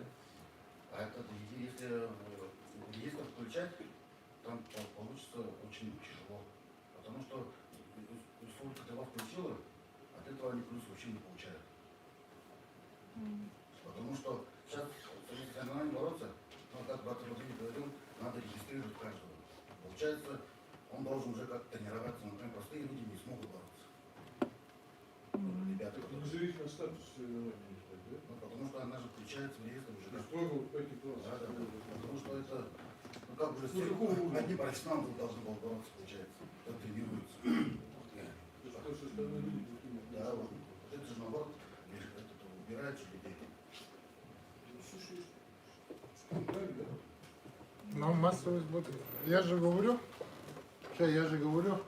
если мы хотим присваивать разряды, звания государственные, то мне кажется, такой вариант где-то 2-3 турниров такого рамка по одним правилам регистрации, и те ведущие спортсмены, которые сейчас по национальным видам спорта кто борется? В основном мы видим, что спортсмены, которые на протяжении многих лет где-то выступали по одному виду спорта, переходя в другой вид спорта, достигать более высоких, да, не всем дано, и стал на место спортивно очень узкий, туда попадают единицы. Миллионы людей занимаются борьбой, чемпионом мира Олимпийских игр становятся единицей.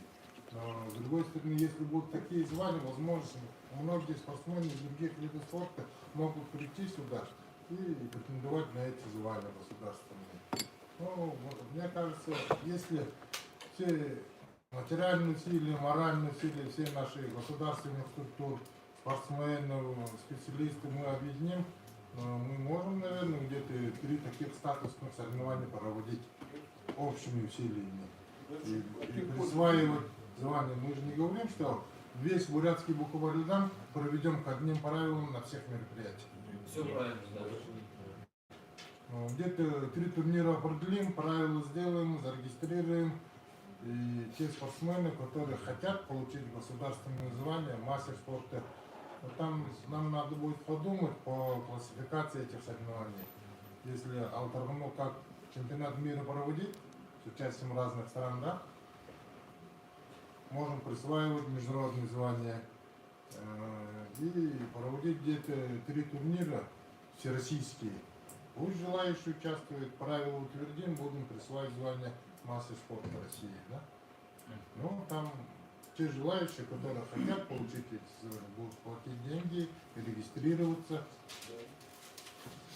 Я так понимаю, что Республика Тыва еще не до конца дошла. Она сегодня не присваивает еще звание, да?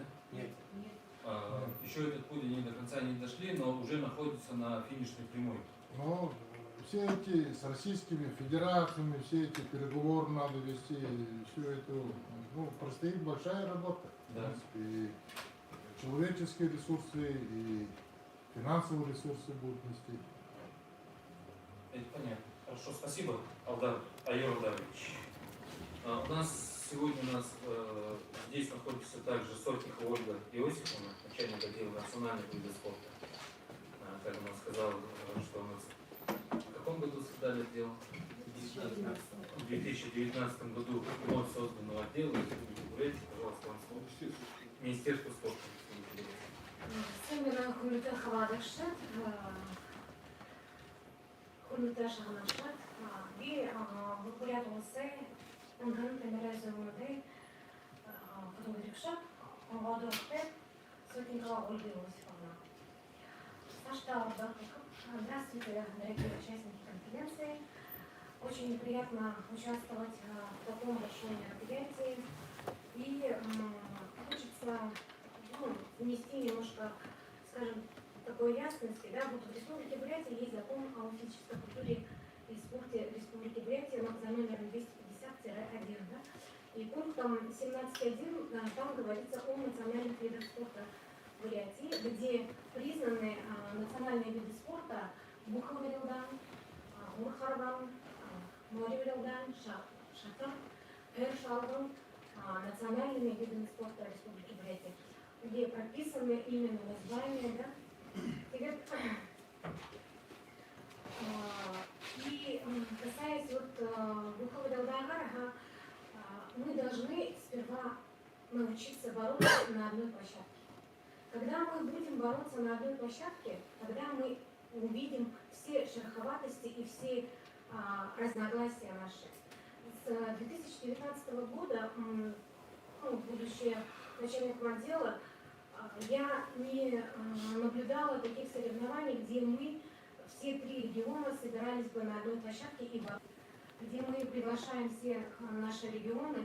Но, к сожалению, в 2019 году к нам никто не приехал, и соревнования проводились только среди районов Бурятии.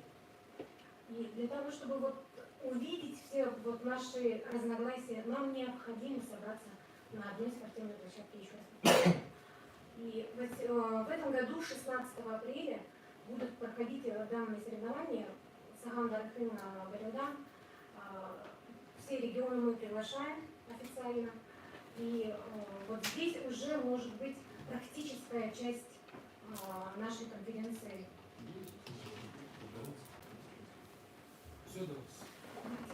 Еще такой момент, когда нам надо собираться не только по бурятской борьбе, да, на одной площадке, а нам необходимо собираться по всей, проводить фестивали бурятских традиционных игр на одной площадке, объединяя все 3 региона, и тогда у нас будет большее объединение и большее развитие нашего национального вида спорта. Спасибо. Спасибо, Ольга Иосифовна. Одна ремарка. Одну секунду. Одна ремарка. Если там нет официального, например, официальной сборной там, Забайкальского края или Агинского бурятского округа, да, на этих соревнованиях, это не означает, что там нет спортсменов с Агинского бурятского округа. И точно так же у нас есть большой приз Алханае, открытый чемпионат Агинского бурятского округа. Ежегодно встречаются самые лучшие спортсмены со всей этнической Бурятии. Поэтому можно сказать о том, что эти соревнования на самом деле есть, но при этом мы же, каждый регион проводит его по своим правилам. И эти спортсмены приезжают туда, по этим правилам борются. А мы сейчас говорим о том, что нужно вот создавать вот такие соревнования, где будут единые правила, где будут бороться все по этим единым правилам со всех регионов. Вот про это сейчас идет речь. Поэтому я думаю, что мы в этом плане с вами в рабочем порядке можем пересчитать по пальцам, кто от Агинского бурятского округа в апреле месяце будет участвовать на межрегиональных соревнованиях. Нет, просто дело в том, что если мы проводим соревнования, Тяжелый футбольный РТ приезжают у нас лучники, да, вот прямо именно округа, да, как официальная сборная, да, то среди борцов вот такой вот официальной сборной нет. Но есть ребята, которые выходцы, да, ну, Балдын Цыжипов, Цыбык Максаров, ну, которые уже живут и работают в Бурятии, да. А ребята, которые в Аге находятся, да, вот как-то вот не приезжают. Ну, вот есть такой момент, когда вот нужно было... Опять же, не согласен.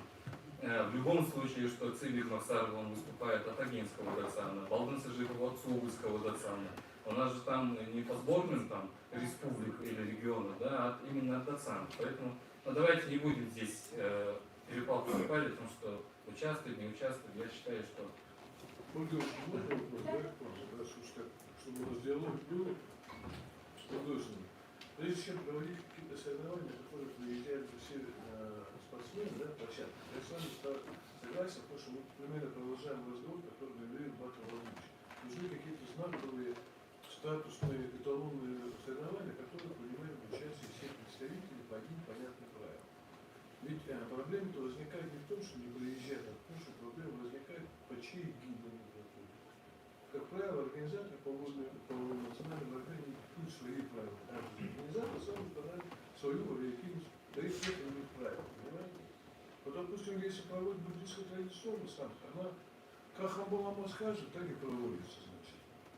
Именно так, правильно же я говорю? У Сергея своя вариативность, значит, у нас своя вариативность есть. Вот прежде всего, как-то, я с вами согласен, что нужно общий какая-то общая площадка. Но прежде чем проводить соревнования на этой площадке, вот организаторы, органы государственной власти, органы управления в сфере физической культуры и спорта вместе с федерациями должны определить общие правила, которые были заранее знаны. Что он приезжает, именно по этим правилам он будет бороться или там скачки, или стрельба из лука именно по этим правилам. Заранее. Вот эти правила должны быть выработаны. И для всех будут проводиться именно по этим правилам. А прежде всего, чтобы эти правила были понятны всем, и были приемлемы, помните, вот мы проводим вот такие конференции, наверное, да? Для того, чтобы попытаться подойти к тем правилам, которые были похожи по принципиальным вопросам, для которых мы могли бы участвовать в этих мероприятиях. Давайте, может быть, вот ваша идея хорошая, Ольга, я к вам обращаюсь, может, к одному из ведущих, да, специалистов по национальному виду спорта, Министерства физической культуры Республики Бурятия, молодежной политики. Давайте мы попытаемся себя влиять как бы, эту инициативу, чтобы наши специалисты с удовольствием участвовали в подготовке и определении такого календаря общих площадок с понятными правилами заранее и площадки определили, допустим, мы провели на себя несколько площадок, мы на себя взяли, скорее всего, наши коллеги не отказались бы из Иркутской области, Сузоргинского округа, но правила должны быть похожи. А по мере проведения каких-то мероприятий и соревнований у нас приобретался и опыт консолидации, будем так говорить. Шлифовались бы те же самые правила. И, может быть, не просто так вот здесь так поговорили о федерации, начиналось бы создавать определенный костяк единомышленников с общим видением тех же правил, ритуалов, одежды и так далее, и так далее, и так далее. Правильно же, да? Появилась бы такая настоящая хорошая инициативная группа, которая бы возбила именно вот то, что у нас есть. Вот такое предложение, как бы это? Я полностью поддерживаю, и это необходимо делать для того, чтобы совместно... Как он мог, наверное, сказать, возьмите на себя тогда инициативу. Хорошо? А мы поддержим, правильно было? Да? Как это вот? Какого рода-то? Хубдут? Вот, Хубдут поддержит уже вас. Спасибо, Ольга Осиповна, спасибо, Борис Иванович.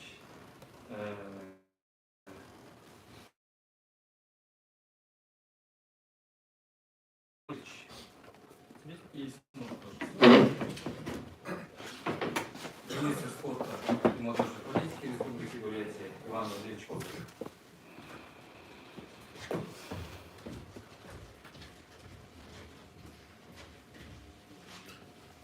Добрый день, уважаемые коллеги.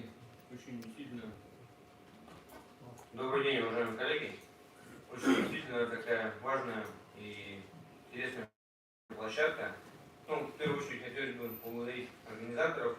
Большое спасибо сказать всем докладчикам за интересные, содержательные доклады. Тема очень важная, действительно. И в разных формах и с разных сторон она в той или иной степени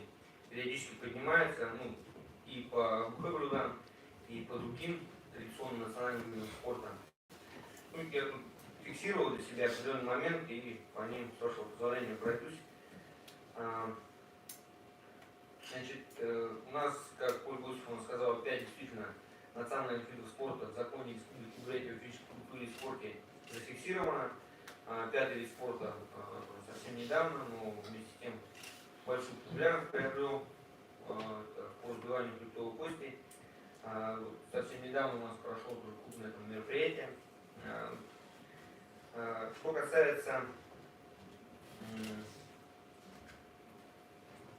касается вообще развития традиционных видов спорта, у нас тоже было уже об этом сказано, что большая популяризация осуществляется и на международном, в том числе, уровне. Наши спортсмены участвуют в разных фестивалях традиционных игр, традиционных видов спорта, и во всемирных играх кочевников, и в играх Тафиса, и фестивали проводились в Париже, наши спортсмены были в Дубае, в других городах. Мы, со своей стороны, я вижу, что действительно необходимо приходить к общему знаменателю, и, на мой взгляд, наиболее правильным и безболезненным будет наличие общей содержательной части в правилах по виду спорта, потому что правила в любом случае нужны. Это то, что устоялось уже годами, десятилетиями, можно сказать, столетиями. Общая содержательная часть с возможностью использования особенностей, как было сказано, ритуалов, экипировки борцов, то есть некая такая вариативная часть. Если она, если это позволит сделать законодательство, то тоже мы должны внимательно смотреть нормативную базу. Если позволит законодательная нормативная база использовать вот такую широкую вариативную часть, то, конечно, это необходимо использовать. Что касаемо, о чем было сказано тоже про возможность допуска, недопуска спортсменов, этот вопрос, на мой взгляд, достаточно несложно решается, по крайней мере, в первом приближении. Участие спортсменов и проведение мероприятий, если мы рассматриваем за счет бюджета, то, понятно, крупные мероприятия, как и было сказано, целесообразно проводить по единым устоявшимся правилам. Если мы говорим про более мелкие мероприятия, на приз какого-то социального, либо какие-то такие локальные игры, то здесь, конечно, можно использовать те правила, которые вот эту так называемую вариативную часть, и в том числе, возможно, эти направления финансировать за счет бюджета, используя несколько иные формулировки с точки зрения обозначений не как соревнований по виду спорта, а как фестивали по физической культуре. То есть, поэтому этот вопрос, на мой взгляд, абсолютно легко решается. А то, что нужно приходить к общему знаменателю, я с этим абсолютно согласен. Именно пока в таком очень аккуратном подходе, как уже было сказано. Спасибо. Готов ответить на вопрос.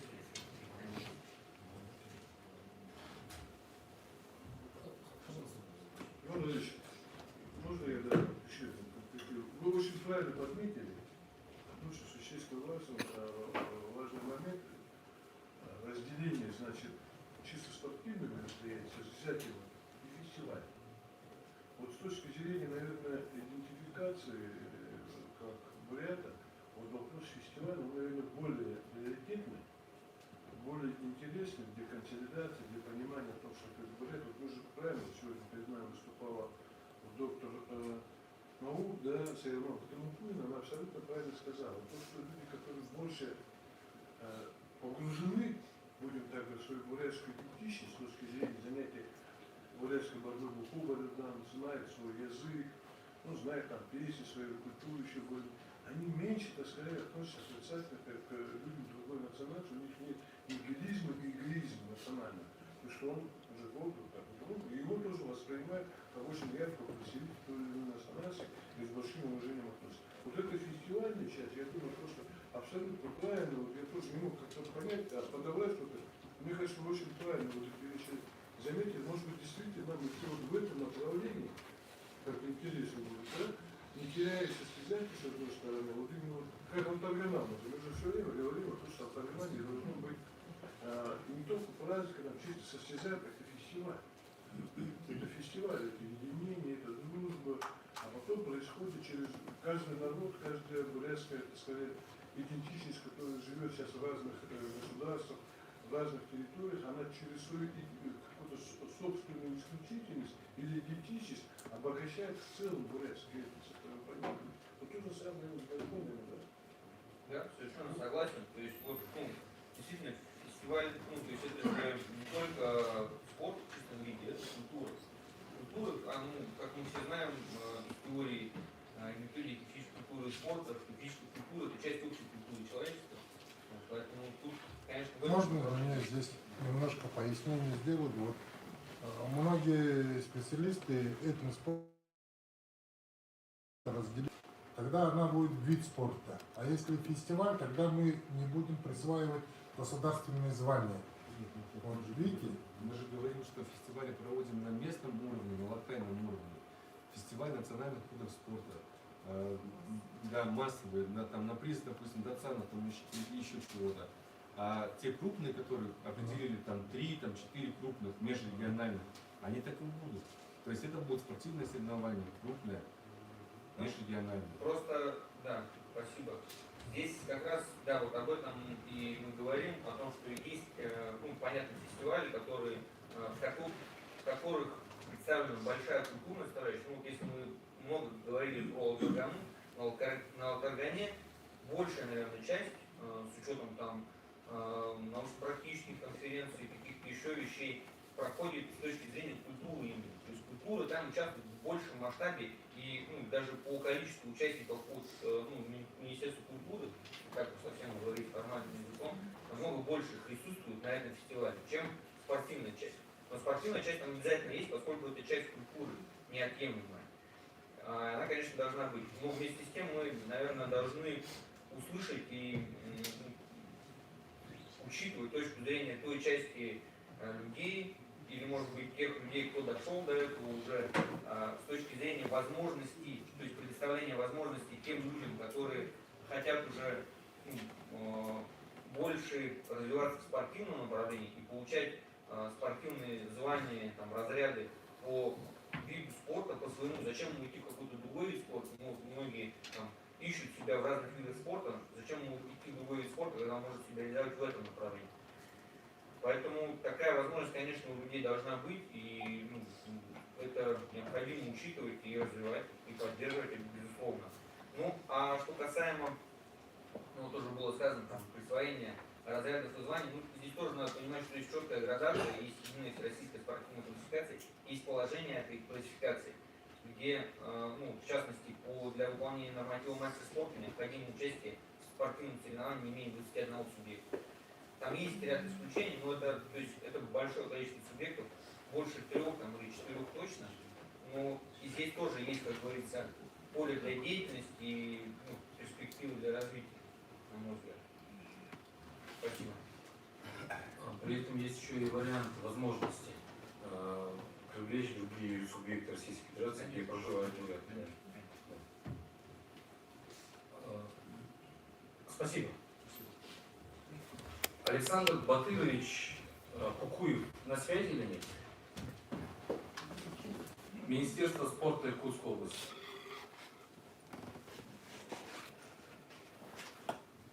Видимо, нет. Владимир Садышевич, слово предоставляется вам, вице-президент региональной общественной организации Федерации спортивной борьбы Алтайского края, кандидат сельскохозяйственных наук. Пожалуйста. Добрый день, уважаемые участники конференции, уважаемый Давид Иванович. Конференция проводится в рамках проведения чемпионата. Я думаю, очень правильно. В политическом плане, без субъекта, очень правильно.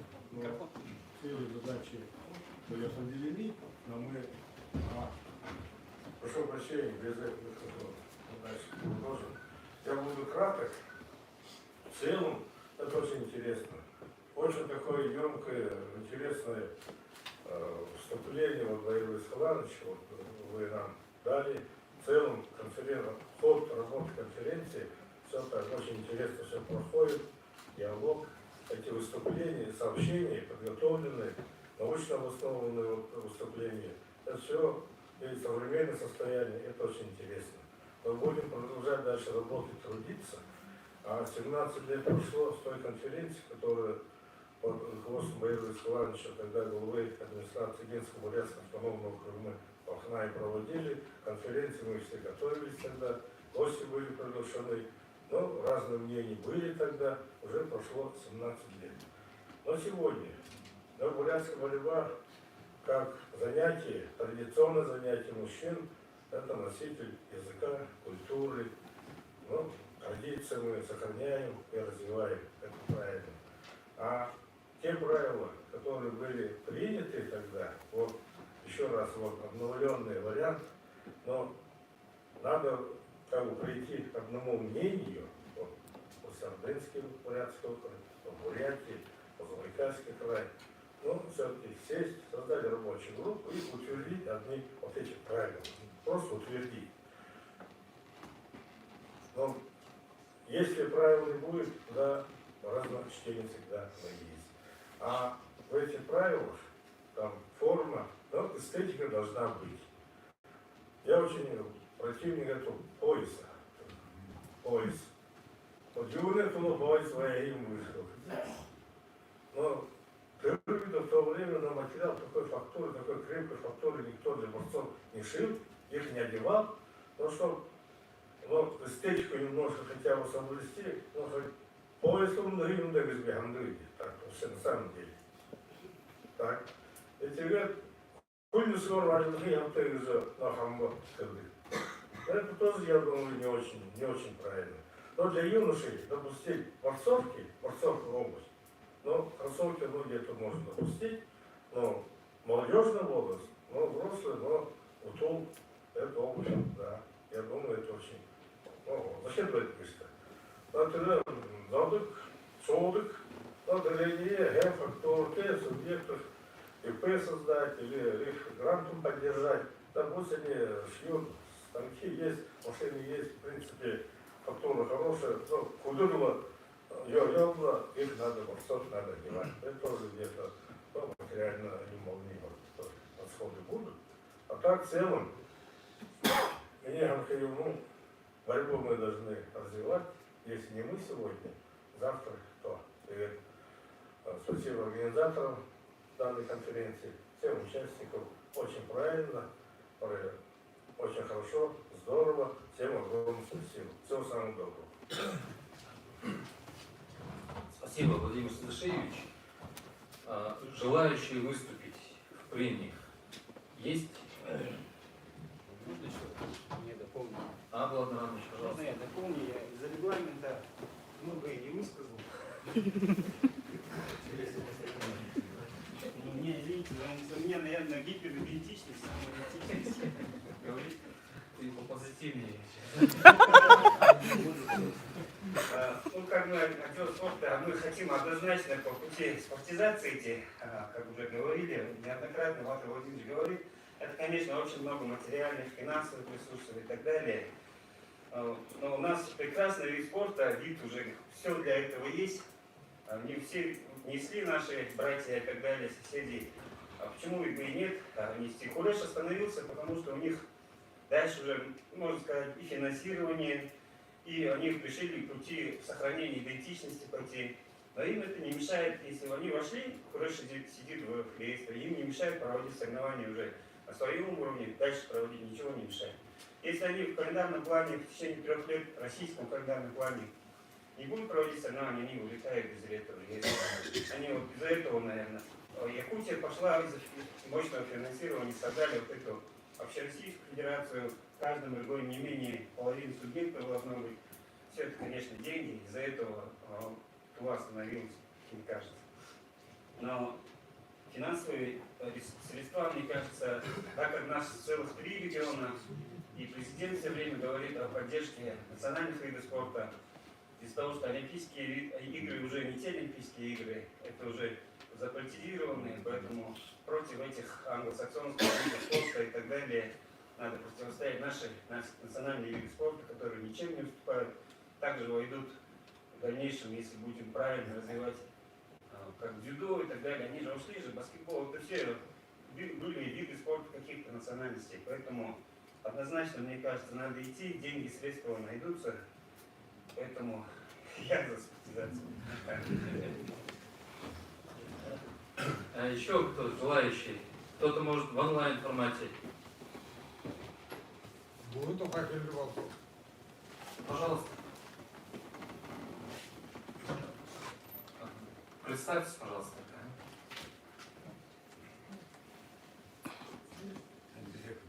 Ниже повторюсь. Слушает телевизор. Ғылымды амыр көндірді конференцияда қалады жүріш. Ларкын жылғанды бір, бұғы тоқанды қалай, бұғы тоқанды. Отқан ерін ғұрғын атын кесім, еркімнен атын кесім. Отқатай кесіпті, олтым кесін. Кекеде юндері күні бұғытер күнгі. Бұғытер күн, бұғызуға жағын күні бұғытер күнгі. Кемнен қатына Иркуне некун эрин атында, ургун атында сал долдырбай. Хорхар вакыттан баран атка марылданды. Марыне сала барылданы олар, барылдан бухин салды. Иркуне инхада күндүлүн язан жула. Тегидин некун сала макта оды токай. Давайте я чуть-чуть переведу. Цвигжин Платович, это от имени Всебурятской ассоциации развития культуры, член этой ассоциации, наш земляк, говорит о том, что сейчас вопрос поднимает про пояс. По-бурятски бугты с поясом это означает, что мужчина. И всегда восхваляли мужчин, что в стрельбе из лука, что в борьбе бурятской, в конных скачках есть обычаи, когда пели восхваляющие песни, оды, восхваления. Вот про это сейчас рассказываю. Сейчас мы все свидетели эмансипации, которая дошла до женского борьбы, бокса и так далее. Вот до трансгендеров доходит. Поэтому иркуну күндүлгө жабылдырга иркун буутекунга күндүлөт тире салын доллар байдыга эмер ролса. Зала күндүлгөн туба. Ханым табенде япа хаккоша. Явын гадаттын иркуну күндүлдүк бола. Зала барданда шунсы. Гырбында эмбайха, арзандына эмбайха. Юндешек. В любой национальности мужчину всегда поддерживали и восхваляли, поэтому как воина, как защитник Отечества, поэтому мы сегодня это тоже должны делать, и в том числе пояс означает, что это мужчина. Всем мира добра. Здоровья. Спасибо. Еще желающие? Ну, если нет... Да, я потом. Борис Иванович, подведем итоги. У нас есть резолюция, но перед тем, как его утвердить, я все-таки для подведения итогов предлагаю слово предоставить Борису Ивановичу. Уважаемые друзья, уважаемые участники конференции, я думаю, что в любом случае состоялся у нас неплохой, хороший разговор. Состояние, перспективах. Есть, естественно, как в любой конференции, спорные вопросы, есть разные видения, есть собственное мнение. В этом, наверное, и заключается ценность от таких мероприятий, когда открыто на одной площадке обменяться своими мнениями. В любом случае, вот такие мнения заставляют тоже задуматься над своим собственным мнением. Но в результате, как истина, как говорится, раньше всегда говорили, в споре рождается истина. Да? Но в любом случае, если говорить о борьбе, наших документов. Я, наверное, чисто прагматично несколько вещей хотел бы сказать. Во-первых, мне кажется о том, что уровень проведения борьбы Буху-Барелдан должен быть поднят на более высокую планку, если они проводятся под эгидой органов государственной власти и Федерации спортивной борьбы, субъектов Российской Федерации, Иркутской области, Забайкальского края и Республики Бурятия. Это очень важно. Почему? Потому что престижные соревнования, при всем уважении, я считаю, что это абсолютно правильно и хороший вперед шаг сделан по присвоению почетных званий, престижные соревнования зависят от четкой организации, от хорошего судейства. И будем откровенны, будем говорить, неплохих условий для проведения этих соревнований, в том числе и наградного фонда. Это очень важно. Комфортно, нормально, красиво. И при хорошем, так сказать, наполняемости трибун, чтобы зрители смотрели за этим соревнованием. Поэтому у меня первое такое предложение, если мы проводим и хотим поднять на новый уровень проведения соревнований, у нас должен быть какой-то общий календарь проведения соревнований, если уж мы по бурятской борьбе говорим, Буху-Барелдан, которые согласованы между, по крайней мере, как минимум между тремя территориями. Это очень важно. Почему? Потому что иногда вот эти соревнования накладываются, какие-то сборы проходят, еще какие-то вещи, чтобы у нас не было так, чтобы или они накладывались по срокам друг на друга, или был очень маленький промежуток между этими соревнованиями, когда спортсмены еще участвуют, у кого-то работает, кто-то готовится к большим соревнованиям по олимпийским видам спорта. Вот такие вещи начинают возникать. Давайте мы с вами договоримся вот на этом этапе, как один из выводов сегодняшних нас соревнований, создать единый календарь проведения соревнований по бурятской борьбе Барелдан. В этом пусть получается от Федерации спортивной борьбы, другие структуры, и проводить их на хорошем уровне, как мы проводим соревнования по олимпийским видам. Это будет цивилизованно, это будет видно будет это внимание органов государственной власти, мы обеспечим и массовость, и соответствующая аудитория, которая будет приходить на эти соревнования и смотреть. Мне кажется, это очень важно. Я почему говорю об этом? Потому что на своем опыте я знаю, я был в свое время и главой округа, президентом Федерации борьбы. Когда я стал главой, я очень сам люблю борьбу, хотя так профессионально не занимался. Мне было очень обидно то, что уровень где-то базара величину упал.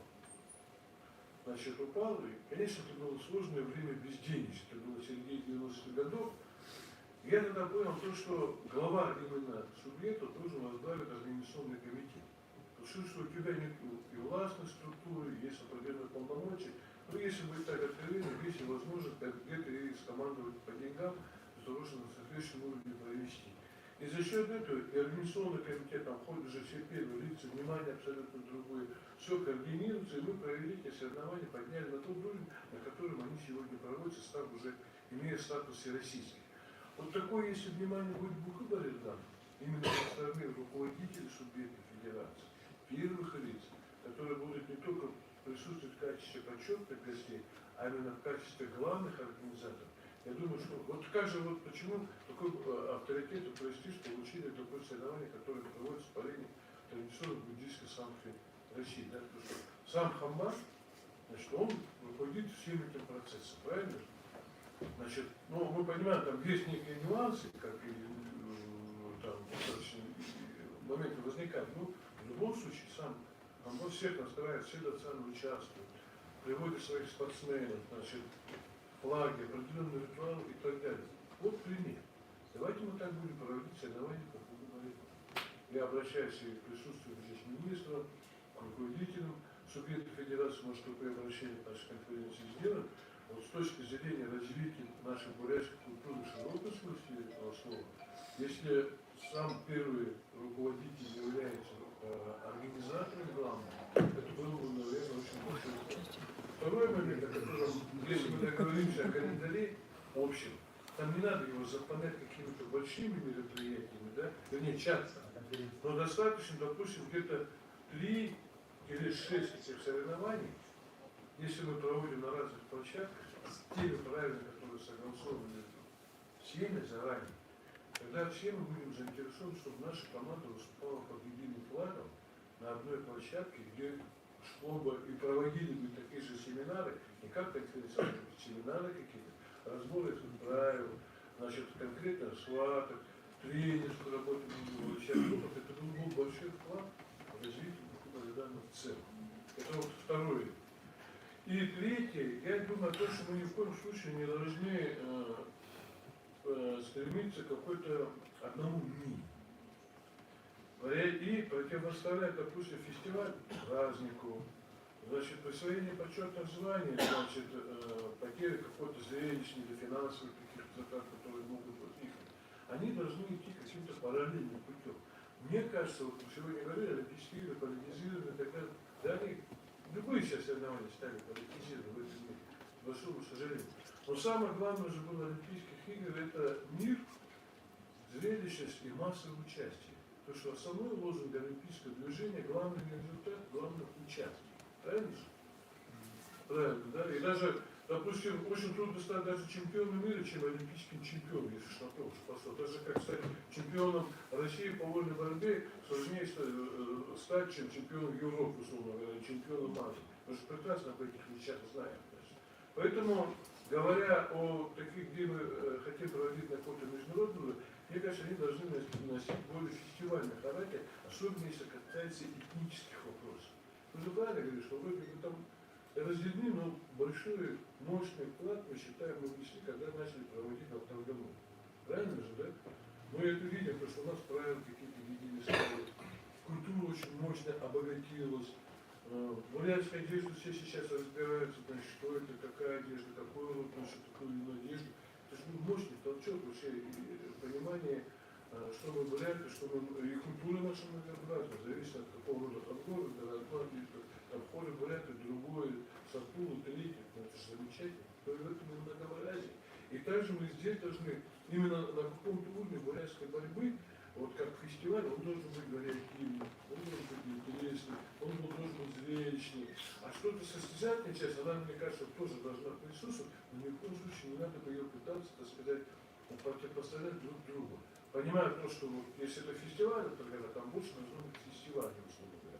Если мы проводим кого-то на получение каких-то спортивных разрядов и так далее, это немножко другой порядок, это должно быть, так сказать, определенный спортивный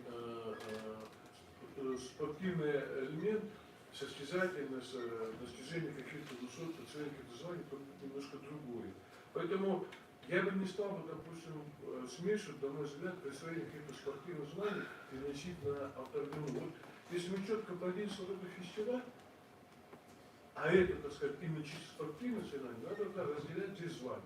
Здесь присваиваем спортивные соревнования, а здесь мы можем по авторгоне всегда договориться, какие звания народные они могут носить. Вот как сегодня великолепное выступление сделал Белимам Батаджина, значит, тоже звонит для тех людей, да, которые были великими победителем, да, силачам, мы же даже не имена, у них у всех какие-то клички. Да, потому что каждому присылали или по роду, по месяцу, или по внешнему виду, каждый из них, и даже в истории любого народа, русского народа, если вспомним, ну, вот Илья Богатырь, вы все знали о том, что он Илья Муромец, да? Правильно же, да? Значит, его антипод, Кощей Бессмертный, еще какие-то вещи. Это же нормальные вещи, это все из старины идет. Поэтому здесь народное звание, когда мы фестивальный характер носят, проведение каких-то состязаний, они должны носить больше этнические. И победители не должны идти носить какие-то народные звания, да? Ну, как в Монголии. В Монголии же понятно, что, допустим, мастер спорта там, по дзюдо или по вольной борьбе, но по национальной они же присваивают совсем другие зоны. А ворон, наршон, там еще кто-то, зан, да, вот эти вещи. Вот здесь мы должны четко понимать разницу. Следующий момент, который тоже я хотел бы сказать, в любом виде спорта должны быть герои. У нас, к сожалению, мы вот сегодня правильно делаем, иногда забывают о героях спорта, также и национальные виды борьбы должны быть свои герои. В этом отношении мы хорошо движемся и должны всячески, так сказать, это пример для молодежи. Это пример для тех ребят, которые приходят заниматься спортом, смотря на этих великих наших спортсменов, в том числе по национальным видам борьбы, видам спорта, какими является Буху-Барабан. Вот о чем я хотел бы сказать, значит, ну а так, мое предложение остается к вам, может быть, очень. Давайте мы с вами будем обращаться, Булат уже готов, да? я думаю, что слышат мои коллеги, давайте для начала проведем хотя бы одно мероприятие, на котором уже люди приедут с готовым предложением, общий календарь, и здесь присутствует ваш министр, значит, непосредственно руководитель, он поддерживает, значит, встретитесь и такой на вашей площадке, именно под ваши гиды, органы государства, вас, вот, глава республики поддерживает, было бы здорово, хорошую такую соревнование по бурятской борьбе провести, где бы специалисты тоже сели бы, пообсуждали бы и составили бы подход к единым правилам и составили единые правила проведения соревнований по бухгалтерии. Вот для начала. Не расправляешься еще пока по остальным видам национальных видов спорта, таких как, допустим, стрельба из лука, Марин-Улдан, да? Ну, у нас шахтеры есть, Гейсал, и кто тут по названию уже, чем только начали развиваться, столько стало тоже специалистов, давайте по-другому называть, как-то вот так называть, значит. Ну, началось эти вещи, но это, наверное, нормальный процесс. Почему? Потому что мы же обогащаемся, начинаем размышлять, думаем о перспективах. И чем больше мы так будем находить друг друга, настало какое-то время, собрались, посидели, пообсуждали, ученых послушали, кто-то систематизирует, где-то провели социологические опросы, увязали это, на каком этапе находится развитие всего нашего общества, в данном случае нашего бурятского, исходя из этого внесем какие-то изменения, поправки, предложения по развитию национальных видов спорта, какие являются документом. Спасибо, я извиняюсь за то, что я очень много говорю, вот, но остальные молчат, поэтому решил сказать. Если все говорили, я с удовольствием послушаю. Большое спасибо вам. Ну, мы действительно очень продуктивно сегодня обсудили наши очень животрепещущие на сегодняшний день вопрос. Я думаю, что абсолютно правильно. Мы, Влад Маранович, те правила, которые на сегодняшний день утверждены по Забайкальскому краю, в любом случае для изучения должны направить в Министерство спорта Республики Бурятия, в Иркутскую область, от них получить предложение и в дальнейшем уже, как Александр сказал, на уровне Министерства спорта Республики Бурятия, на уровне начальника отдела, да, развития национального спорта. Обсудим еще раз. Есть резолюции. Зачитывать, я думаю, смысла нет нашей конференции. Предлагаю за формат, за основу ее взять, утвердить. Если будут какие-то предложения дополнительно, нам направить на адрес электронной почты администрации Ягинского бурятского округа. По итогам нашей конференции мы в любом случае сделаем, опубликуем, да, официально наши материалы конференции, делаем какой-то сборник материалов конференции и всем участникам, заинтересованным лицам все это мы направим. Я надеюсь, что это будет хорошей стартовой площадкой для нашего совместной деятельности. Ну и еще раз говорю о том, что консолидируем только наши усилия, мы действительно добьемся дальнейшего развития бурятской борьбы.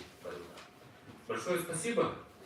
Выходим в фойе нашего зала для подписания соглашения. Можно одно предложение?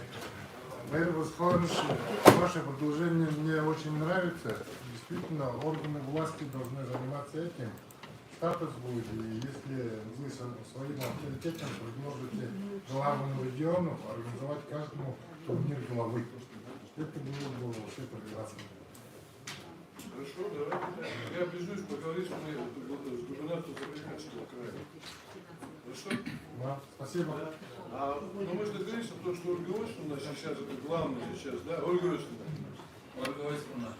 Я к вам обращаюсь, вы сейчас главный аккаунт, опять к вам обращаюсь, вы же инициатор, вы сказали площадку общую, у нас же всегда была принята инициатива наказуемая, это все остается. А вот что предложил Влад Владимирович, я принимаю, то, чтобы каждый вот, сначала у вас проведет, но если тяжело, мы готовы взять на себя инициативу проведения вот, большого приза в Канаде.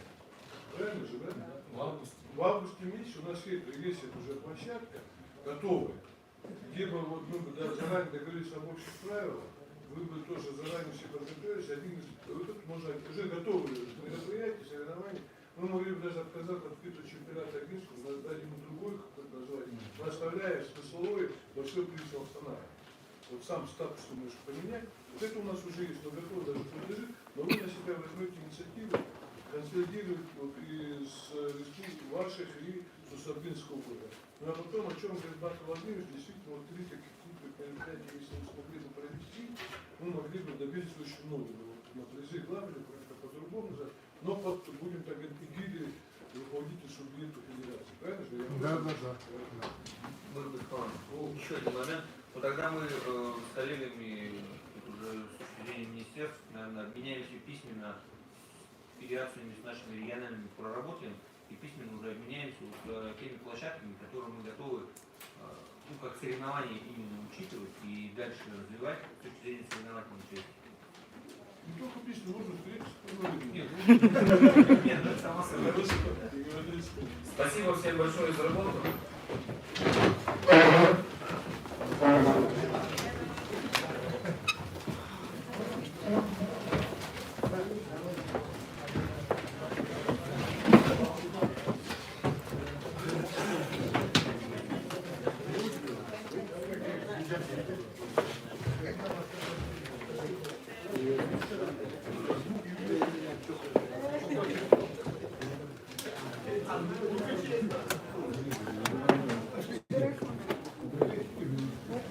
Только эти две.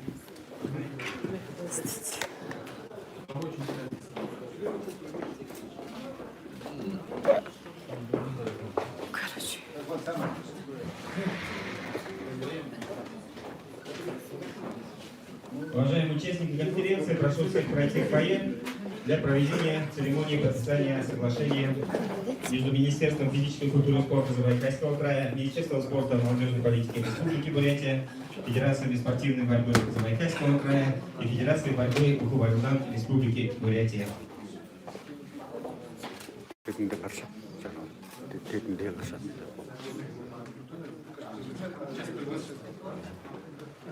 Итак, начинаем церемонию подписания соглашения между Министерством физической культуры и спорта Забайкальского края, Министерством спорта и молодежной политики Республики Бурятия, Федерациями спортивной борьбы Забайкальского края и Республики Бурятия.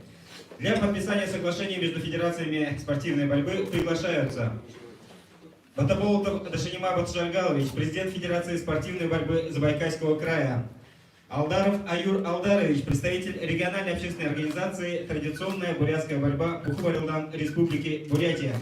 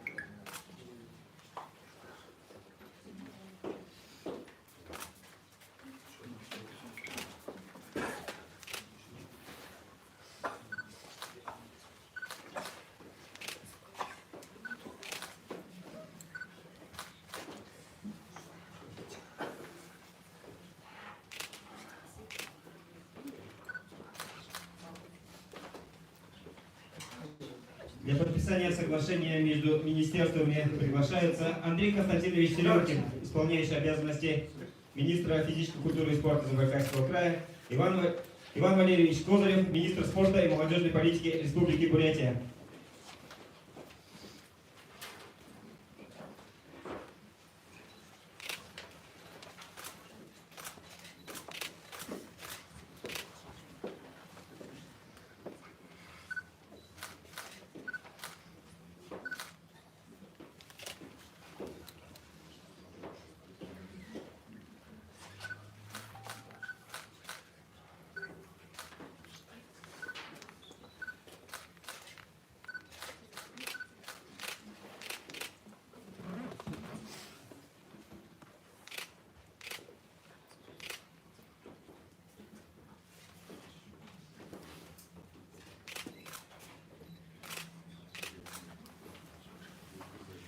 уважаемые министры, просим символически обменяться папками и пожать руки о сотрудничестве бурятской борьбы Барилдан. Сотрудничество по развитию бурятской борьбы Барилдан. Слово будет Тому Хаджатовичу.